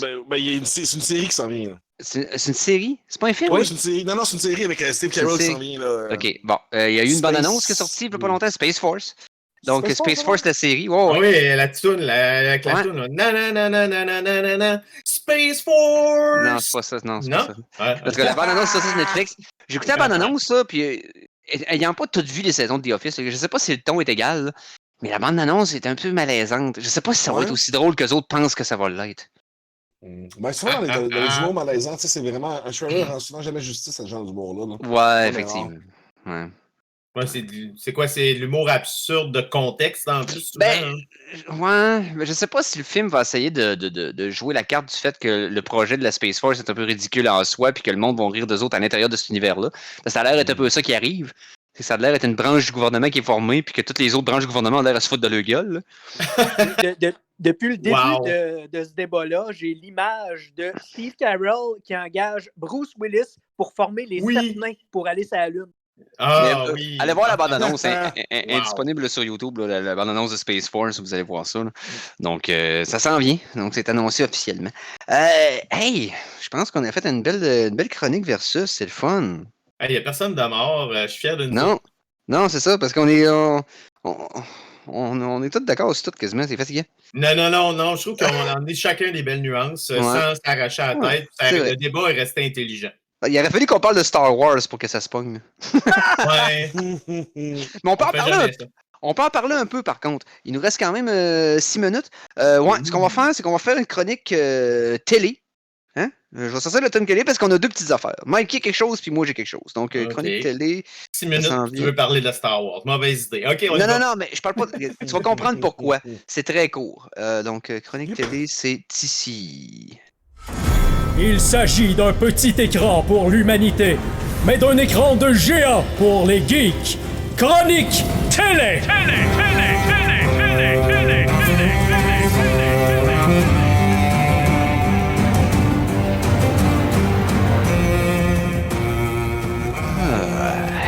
Bon, chronique télé. Et là, avant d'embarquer dans la chronique à Mikey, j'ai écouté, sous les recommandations, c'est-tu Phil ou Conan m'a parlé la semaine passée, la série de documentaires sur The Mandalorian qui sort sur Disney Plus présentement?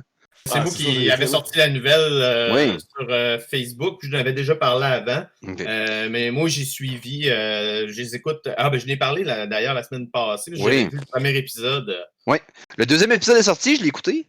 Oui. Et il y a quelque chose. Tu l'as écouté toi aussi, Phil? Tout à fait. Le dernier 10 minutes, OK, du documentaire. Oui. Parce que c'est des documentaires d'après 1 heure, OK? La durée d'un épisode, dans le fond, c'est un scotcherait peu. Et ce qui se passe à la fin, c'est que c'est un panel, qu'il y a Kathleen Kennedy qui est là, il y a différentes têtes pensantes de la série. Ouais, c'est les directeurs exactement. Comme dans le premier épisode, sauf que là, Kathleen Kennedy s'ajoute pour la première demi-heure, puis à un moment donné, elle disparaît mystérieusement sans qu'on fasse... mais elle revient, parce qu'il y a différents panels pendant l'émission en passant, ça switch. Okay. Et le dernier 10 minutes, Dave Filoni, qui est le showrunner de série avec Favreau, c'est lui qui s'occupe du script, OK? Qui est je l'appelle tendrement George Lucas 2. Oui, c'est ça. Et on en apprend beaucoup sur Dave Filoni dans ce documentaire-là en passant dans la deuxième partie. Et Filoni passe sur une chire tellement passionnée sur Star Wars que tout le monde s'arrête de parler puis l'écoute. OK? Même dans le premier épisode aussi, quand il a compté comment il avait rencontré George Lucas, oui. Ils font le tour de tous les directeurs, puis c'est lui qui parle le plus longtemps. Parce que tu vois que le gars, il est passionné. Tu vois que le gars, c'est un petit cul comme toi puis moi, Eric, qui vit son rêve. Puis que même s'il travaille avec George Lucas depuis 10 ans, au jour le jour, il est encore aussi impressionné et aussi, il se considère tellement chanceux d'être là, dans cette chaise avec les autres, que tu peux pas ne pas faire confiance à ce gars-là. Mais, OK, j'implore tous les fans de Star Wars qui nous écoutent. Trouvez une façon de l'écouter si vous n'avez pas Disney+. Le dernier 10-15 minutes de l'épisode 2 du documentaire sur Mandalorian, Dave Filoni, c'est lui qui a le char dans les mains là, présentement. OK? Là, Disney, il a confié de faire la supervision des scripts pour tous les prochains projets de Star Wars. OK? Ça peut pas être entre de meilleures mains. Ce gars-là, la façon qu'il analyse la série, là, puis les points qu'il ressort pendant son speech m'ont donné le frisson. Là.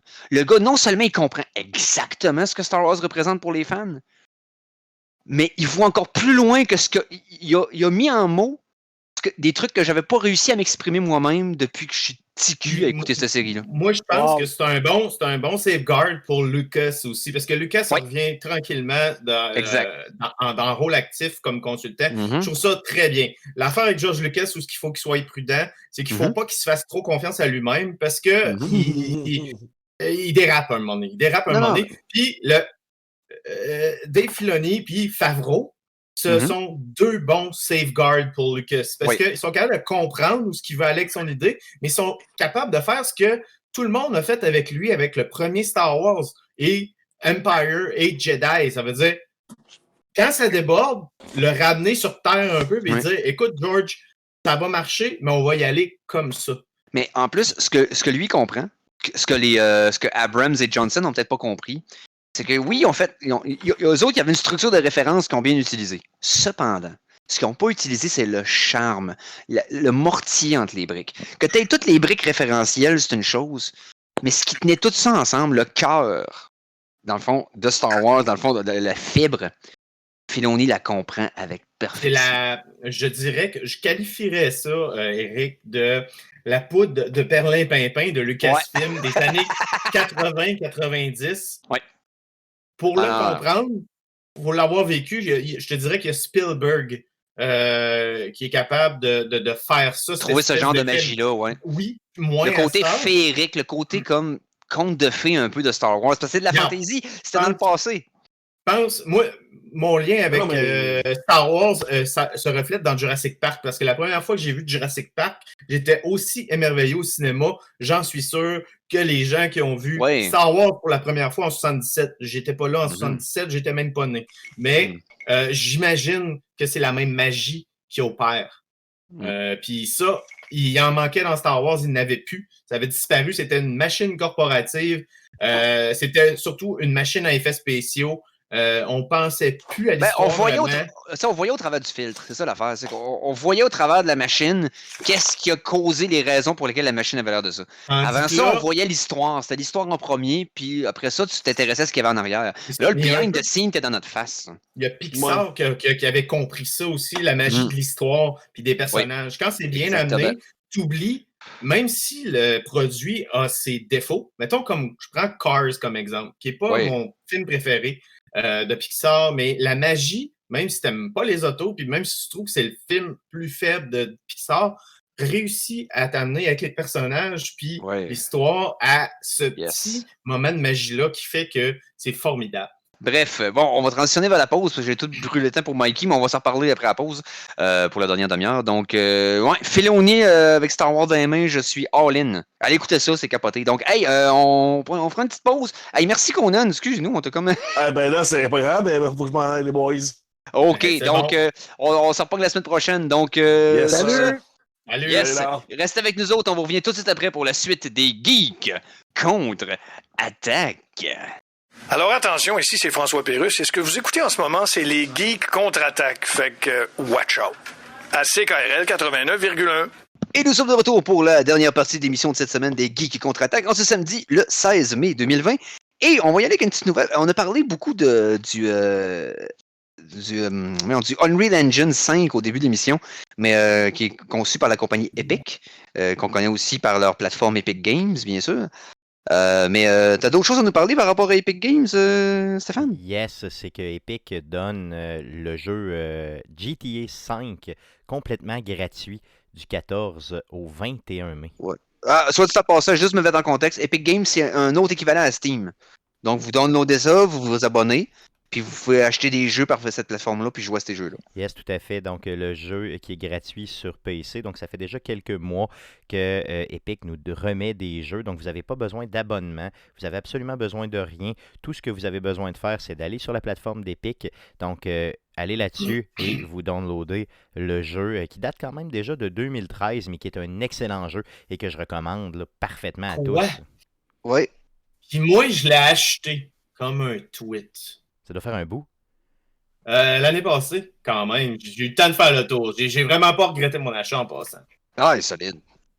Excellent jeu. Oui, c'est un excellent jeu. D'ailleurs, qui a des critiques vraiment super bonnes de partout. Un jeu qui a excessivement bien vieilli. Ben, c'est un jeu qui avait pratiquement pas... Ouais, puis qui avait pratiquement pas perdu de valeur en 7 ans, ce qui est très rare. Ouais, à cause de GTA Online aussi, c'est un jeu qui continue.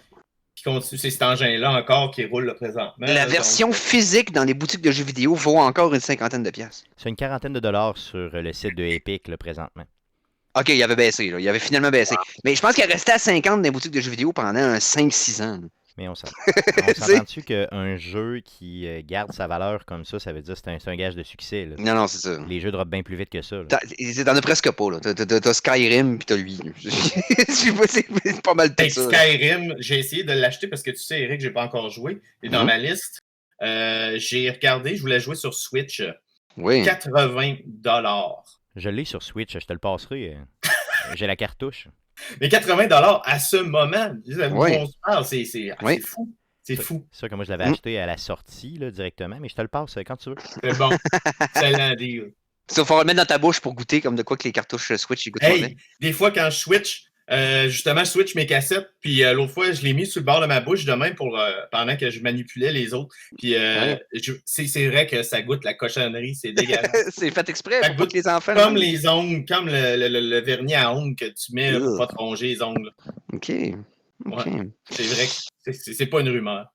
OK. Hey, bon, maintenant que la petite parenthèse est faite, on continue notre chronique télé avec Mikey. Puis peut-être aussi Stéphane, une série que vous avez vue tous les deux. Donc, t'as terminé l'écoute de quoi, Mikey? Ben, j'ai terminé tout ça en une semaine, l'écoute de Upload, disponible sur Amazon Prime Video. Est-ce que ça fait longtemps que tu as Amazon, Stéphane? Moi, j'ai Amazon depuis, je te dirais, là, quelques années. Je commande tout là-dessus. Là. Je commande mes bas, mes bobettes, ma farine, n'importe quoi. Là. Tout passe. non, je vous jure, vraiment, c'est quand même.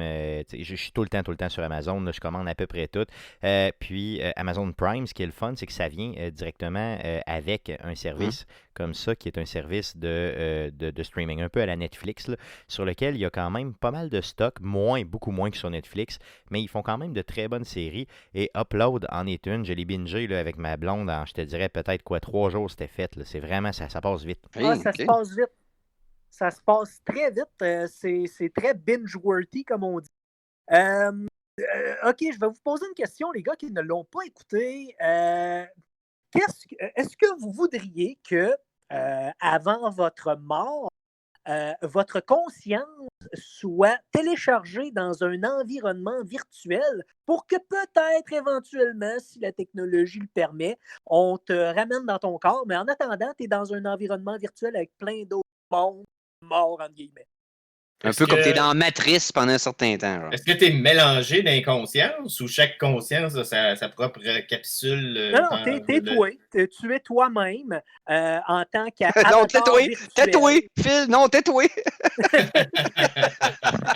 non, tu restes toi-même. Tu restes toi-même, mais tu interagis avec... Mais te mettre sur un gros serveur, genre. Ben, comme dans Matrice. C'est comme dans Matrice. T'es dans la Matrice, t'es ton personnage dans la Matrice, puis tu vis une fausse vie. Ah, OK, un peu plus comme dans Ready Player One, mais t'es mort. C'est un peu moins comme la Matrice, là, au sens où les gens qui sont décédés s'en vont dans des endroits, mettons un peu comme un resort, si tu veux. Donc, il y a un début, il y a une fin. C'est un endroit assez défini, mais sur lequel il y a des terrains de golf, des choses comme ça. Là. Fait que finalement, t'es uploadé puis t'es poigné dans Second Life. Là. Exemple. Dis de même, je sais pas. Puis, il ne faut pas oublier que plus tu es pauvre, plus ta vie est de la marde rendue là. Parce que tu peux, exemple, être dans la catégorie des 2 gigs.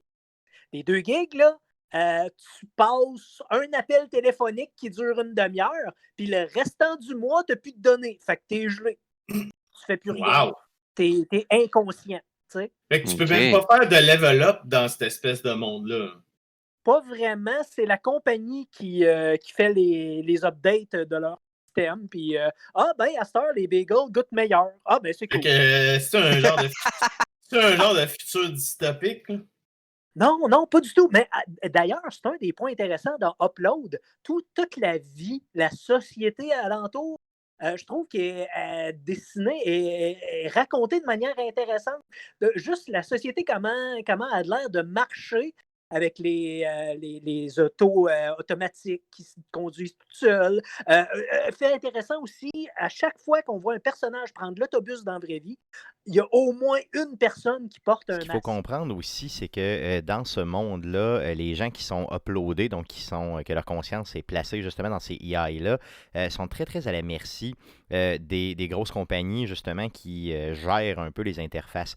Donc, exemple, il y a des publicités qui sont passées toujours là, au niveau des gens. Donc, les gens sont un peu victimes de ça et les compagnies en abusent de façon intense et totale. Ouais, la façon que les pubs sont envahissantes dans ce monde virtuel-là. Ouais. Puis, on peut imaginer que dans un monde comme ça où les grosses compagnies mènent, ça pourrait très, très bien arriver de cette façon-là. Donc, j'ai adoré ça. Ah oui, en passant, Panera Bread a acheté Facebook. Je vous dis ça de même. Ouais, un monde un peu plus réaliste, là. Les gars, une chose à vraiment prendre en considération, c'est que le gars, l'acteur principal qui joue le protagoniste, ressemble à Nathan Drake comme 2 gouttes d'eau. Malheureusement, je ne suis pas assez familier avec Uncharted pour te dire la ressemblance, mais tu as l'air sûr de ton affaire. Tout à fait, c'est son sosie. On te fait confiance. on va demander aux fans de donner leur avis. Yes. Ah, je vous le dis, là, pour le film, il pourrait véritablement prendre ce gars-là et ça ferait la job. C'est sûr que le gars manque un petit peu d'acting power, mais pour le reste, là, il est pareil. Ouais, ça serait capoté. Puis là, si t'es mort, ton apparence, dépend-tu de ton apparence réelle ou tu peux vraiment décider à quoi tu vas ressembler? Ou... Non, c'est à partir d'une photo récente, les anges, comme on les appelle, ceux qui guident les participants, s'occupent d'uploader ta photo puis de la mettre... non, mais sérieux, moi j'amènerais une photo qui date d'au moins au moins 2005, je dirais. Là. Imagine-toi, il va y avoir beaucoup de filles dans cet univers virtuel-là qui vont mesurer 3 pieds de haut parce que toutes les photos sont prises en plongée en selfie. Ils sont difformes. Ils ont des grosses faces et des petits corps. D'ailleurs, dans la série, on peut voir une madame qui avait une centaine d'années quand elle s'est fait uploader. Et oui. Son avatar est en noir et blanc parce qu'il y avait juste une photo en noir et blanc. OK, ben oui. On de mettre de la couleur dessus. Donc, c'est quoi le take de la série? On y va-tu plus humour, drame, science-fiction pure? Je te dirais que il y a de tout. Comédie, enquête un peu, histoire d'amour. Il y a de tout pour tout le monde. Je dirais que c'est surtout une histoire d'amour à la base, mais il y a beaucoup de... Il y a un côté enquête, il y a un côté aussi trahison, un peu tout ça. Mais l'histoire de base là, tourne véritablement autour d'une histoire d'amour. Donc c'est un peu, là, sans faire de spoiler, un gars qui se fait uploader et qui, dans le fond, tombe en amour un peu avec la personne qui... s'occupe de lui, donc son fameux ange en question. Là.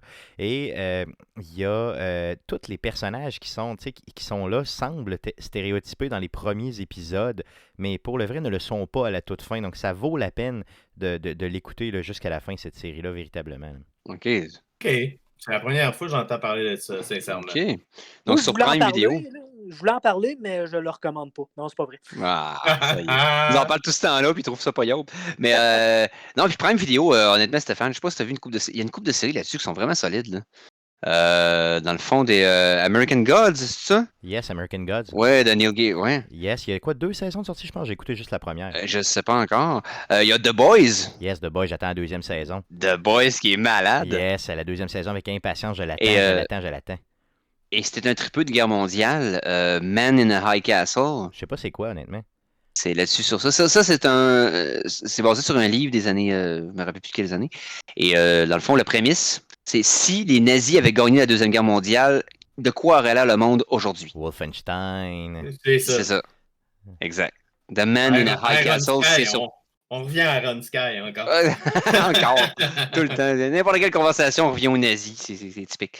Ah, tabarouette. Ah, OK. Bon, ben, regarde, une autre recommandation de Mikey. Donc, après Tag et après le film d'Odora, on parle maintenant de la série, bien entendu. Upload sur Prime Vidéo. Je vais y jeter un coup d'œil. Je l'ai Prime Vidéo aussi. Fait que... Non, ça vaut la peine, honnêtement. Écoutez ça. Là, des petits épisodes. Le premier épisode est quoi, d'1 heure à peu près, puis les autres, c'est des 30 minutes, 26 ou 27 minutes. Là, ça vaut la peine. OK. Bon, ben, hey, je pense que c'est le temps pour la chronique suivante. La chanson de la semaine 3! Et oui, probablement que les fins limiers, parmi ceux qui nous écoutent présentement, avaient remarqué qu'il n'y avait pas eu de tourne à la 3e partie de l'épisode. On voulait vraiment prendre le temps de jaser pendant que Conan est encore avec nous. Maintenant, la 3e tour de la semaine, et là, je vais complètement inverse de ce que j'ai fait d'habitude. J'ai fait jouer Fraggle Rock parce que ça fait 2 semaines que je le prenais au début de l'émission. J'ai fait jouer Gildor tout à l'heure. Maintenant, on va y aller avec la pièce d'Overclock Remix de la semaine. Hein?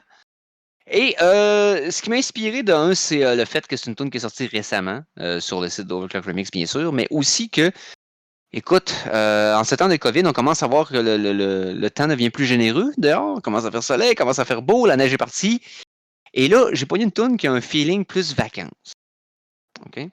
C'est tiré du jeu Mario Kart Double Dash, qui était sorti, si je ne m'abuse, à la Wii U. GameCube, OK, Double Dash sur GameCube. Parfait. Le jeu de Mario Kart auquel je suis imbattable, soit dit pas ça. Ah ouais. Oui, parce que personne n'a joué. Personne ne veut jouer avec lui. Fait que, non, c'est ça. Mario Kart Double Dash, c'est un défi. Il faudra éventuellement relever ça. Oui. Oui. Amenez-vous, je vous pète. Et c'est rare que je t'entends avec une confiance aussi béton armé que ça. Tabarouette, OK. Donc, Mario Kart Double Dash. La pièce, elle s'appelle, si je ne me trompe pas, donnez-moi une seconde, je vais vous donner le titre et l'artiste. C'est la pièce Vacation in the Mushroom Kingdom. Et c'est du remixeur Juke. Donc, on écoute ça au Geek Contre-attaque.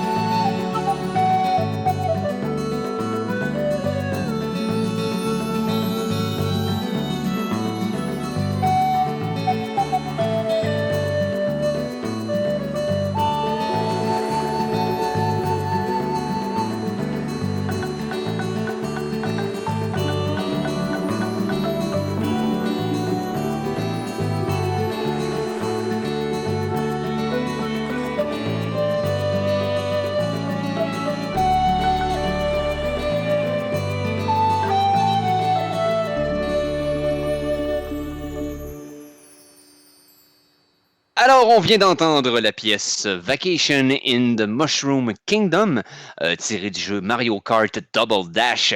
Et c'est de l'artiste Juke, disponible tout à fait gratuitement sur le site de overclockremix.org. Vous qui entrez, abandonnez toute espérance.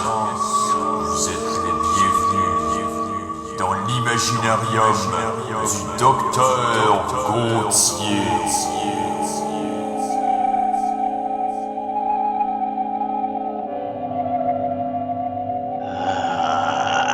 Bienvenue, chers frères, sœurs et autres.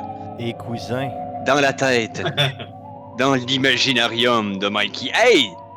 Mikey! Oui. Cette semaine, j'ai décidé d'aller dans vos têtes pour faire changement. Oh.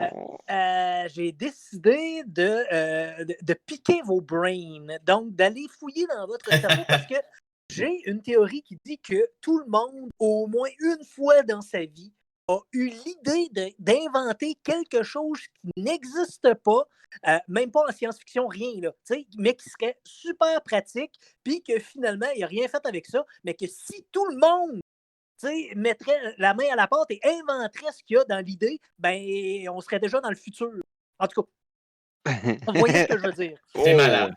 Mais donc, nommez-moi le verbatim de l'imaginarium de cette semaine, nommez-moi une idée d'invention que vous avez eue, mais n'avez jamais développée. Ça peut être une application, une technologie ou n'importe quelle autre patente.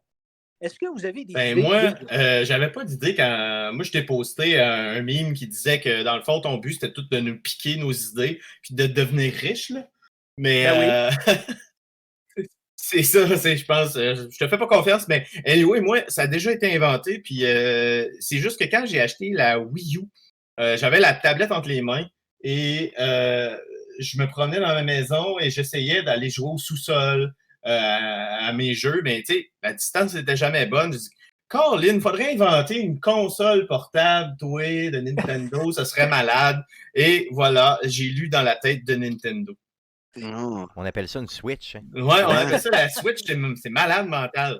Je pense que la Game Boy a sorti avant ça. Ouais, c'est ça de même. Non, on parle d'une console. Je parle pas d'une console portable. La Game Boy, noir et blanc. Faut-tu mettre des petites cassettes dedans? Noir et vert. C'était noir et vert. Okay. J'ai vraiment eu l'idée, genre la vraie console comme la Switch là, qui est portable. La Switch, c'est la vraie console. C'est pas juste une console portable. Non, c'est ça. C'est la console. La PSP, techniquement, était aussi forte qu'une PlayStation 3. Oui, c'est vrai. C'est vrai. Mais tu pouvais pas la plugger. sur la TV, par exemple. Puis la Vita aussi, qui était très puissante. Là. Vita, c'était... Mais c'est plus le concept de la docker puis pouvoir jouer sur la TV HD. Puis de l'enlever. La PlayStation Vita, là, avec l'option Remote Play, tu pouvais jouer sur la télé. OK. Ouais. On dirait que c'était pas assez user-friendly, puis ils n'ont peut-être pas assez publicisé, alors que la Switch, ça a été tellement poussé de l'avant dans la campagne de marketing. Exactement. C'est que j'avais en tête. Quand on dort au gaz, il arrive, comme dans ta situation, dans celle de Michel Blackburn aussi, qui dit que lui, il avait pensé à Tinder avant tout le monde. Il s'est fait dire que ça ne marcherait jamais. Bref, écoutez jamais les autres. Si vous avez une bonne idée, faites-la. Il y a Ryan Kempter qui veut un genre de stopper à manette à gaz pour quand tu mets du gaz, il veut pouvoir laisser la clenche clencher. Mais je pense que ça existe déjà, ça. Sur un porte-clés, dans le fond, pour que tu puisses te mettre les mains dans les poches l'hiver. On appelle ça du duct tape. Mais d'avoir ça sur toi, dans le fond, l'hiver, pour être capable de... C'est pas bête. Et Ryan, je salue Ryan d'ailleurs, c'est un de mes compagnons d'armes pendant le défilm. On a écouté probablement proche d'une trentaine de films ensemble. J'aimerais ça m'appeler Ryan. Oui, d'origine allemande. On le salue d'ailleurs s'il écoute. Donc, d'autres commentaires que j'ai vus sur le... Il y a Dominique Fizet, mon autre compagnon d'armes du téléfilm, les deux qui ont écouté le plus de films avec moi, qui lui avait inventé dans sa tête, il y a 25 ans, une tente avec le fond gonflable. C'est quand même bien pensé. Tu sais, dans le fond, un matelas gonflable avec une tente. Faut pas que ça soit direct sur le plancher. Tu sais. Oui, mais c'est une bonne idée, mais moi, j'aimerais pas ça vraiment, parce que quand tu te lèves, t'es tout le temps sur du gonflé. Ouais. En tout C'est cas, quoi, là, cette idée-là, là, ça se ramasserait certainement là, dans les infomerciales. Là. Vous êtes tanné que ceci vous arrive. Voici la tente gonflable. Ah oui, ça serait vendu par le gars de Chamois. Là. Non seulement Dominique y a pensé, mais on a déjà fait ça dans le bois, moi puis lui. À Rivière-à-Pierre, on s'est amené un matelas gonflable et une tente. On a mis le matelas gonflable dans la tente, on a couché là-dedans. Ben là, Puis, quand t'es à jeun, c'est une bonne idée, mais quand t'étais sous comme on était sous, ça a été weird. de bouger, puis que ça revenait, puis ça a pas été une nuit très fun pour l'estomac, je te dirais, mais tabarouette. Est-ce que vous en avez, vous autres, des idées? De mon côté, j'avais une idée quand j'avais peut-être 8-9 ans, je te dirais. Là. Je suis parti avec l'idée de... je voyais ma grand-mère qui nourrissait les oiseaux. Et elle avait des mangeoires à oiseaux. Et je m'étais dit, pourquoi ne pas mettre un bac sous la mangeoire à oiseaux pour justement récupérer un peu tout ce qui tombe à terre. Là, parce que donc, les oiseaux viennent picosser là-dessus, tout tombe à terre et tout ça. Et là, on perd la moitié, si c'est pas le 3/4 du gravy là-dessus. Donc, j'ai vu quelques années plus tard, bon, j'ai jamais fait, bien sûr, j'avais 7-8 ans, là, mais j'ai vu quelques années plus tard un gars à TV qui a présenté ça et tout ça. Donc, je suis persuadé qu'il est venu voler mon idée dans ma tête directement. J'y en veux encore à ce gars-là, honnêtement. C'était une excellente idée. Et aujourd'hui, je serais probablement milliardaire avec ça. Je veux saluer aussi Simon Boucher, notre collaborateur de toujours, qui lui, dans le fond, il en a posté une idée. Mais je te dirais que c'est un gros gamble. Un fameux médicament, 50% somnifère, 50% laxatif. Pour tout le monde qui rêve de s'endormir sur la bolle. Écoute, je te dirais que c'est une belle game de... Une game de... Comment il appelle ça, dans le fond? Une game de chicken avec toi-même. Ouais. Qui va choquer en premier? On dirait plus un engin de destruction, un engin de destruction massive d'amitié. Parce que c'est sûr ça va se promener dans les parties, ça, cette affaire-là. Moi, ce que j'ai pensé... OK, je vous mets en situation. Tu t'en vas au couche-tard, tu veux te prendre un café sur la machine Vanout automatique que tu pèses les pitons puis ça fait ton café. Sauf que tu veux pas toucher à la machine. Qu'est-ce que tu fais? Ben, tu sors ton téléphone et il y a l'application panneau de contrôle universel. Et quand tu rentres dans un magasin, ben, tu as juste à approcher ton téléphone de n'importe quelle machine et ça transmet le panneau de contrôle sur ton téléphone. Que ce soit guichet automatique, machine à café, n'importe quoi. Là. Manette de télé. Oui, manette de télé, n'importe quoi. On s'entend que des endroits publics, là, on ne peut plus toucher à rien. Ouais, c'est vrai. C'est quand même pas pire. Là. C'est beaucoup trop intelligent pour partager ça aux gens. Tu vas te faire pirater ton idée. J'espère que quelqu'un qui va s'emparer de cette idée-là puis va le faire. C'est ça, pour ça que je le dis. Ben oui, les gars, je comprends pas tout à fait. Dans certains lieux publics, j'ai vu sur les pads numériques, là, ils mettent une genre de feuille de plastique par-dessus. Ça change quoi au niveau de la COVID, honnêtement? C'est complètement innocent. Ben, au lieu de la laver, il change la pellicule. Je sais pas. Possiblement que c'est plus facile de laver seulement la pellicule que tout le clavier, mais quand même. Ils veulent avoir la même empreinte écologique que toi, tu comprends-tu? Non, je comprends. Mais en tout cas, je me disais, c'est pas plus dur de laver le clavier, honnêtement. Il y a aussi Julien Huot, là, pour terminer, là, qui parle d'un jeu vidéo où tu t'aperçois à la fin du jeu que tu es un nazi. Et là, si tu écoutes Julien, il y a un jeu que je pourrais suggérer qui a une twist du même genre. Joue à Spec Ops The Line. C'est drôle que tu dises ça. J'ai pensé au même jeu. Ce jeu-là fait une twist sur ta personnalité en tant que joueur puis l'identité de ton personnage à la fin qui m'a jeté sur le postérieur de façon extraordinaire. Un jeu underrated, là, solidement. Jouer à ça. Narrativement, c'est un chef-d'œuvre. Vous faites le DLC? Non, j'ai pas fait le DLC. Tu te ramasses à la face cachée de la Lune? Ben non, c'est pour parler d'un Run Sky encore. Bon, ben gars, je pense que c'est la bonne cote sonore pour mettre fin à l'émission, tabarouette. Hey! Maintenant qu'on entend le thème qui s'en vient, donc tout d'abord, je remercie Conan, qui a été avec nous autres pour la plupart du show, qui ne pouvait pas être là pour la fin. Merci à Phil, Ça fait plaisir. Qui s'est joint avec nous autres pour la dernière heure. Merci à Mikey. Ben oui, ben merci à toi, Eric, aux auditeurs de CKRL et à Guillaume Perrin et sa rallonge électrique sans fil. Merci aussi à Stéphane Goulet. Merci les gars, c'est toujours un plaisir d'être avec vous autres à la semaine prochaine. Yes. Alors, merci à tout le monde. C'était l'épisode 398 des Geeks Contre-Attaque. Revenez-nous la semaine prochaine. On va être encore là. Salut les geeks.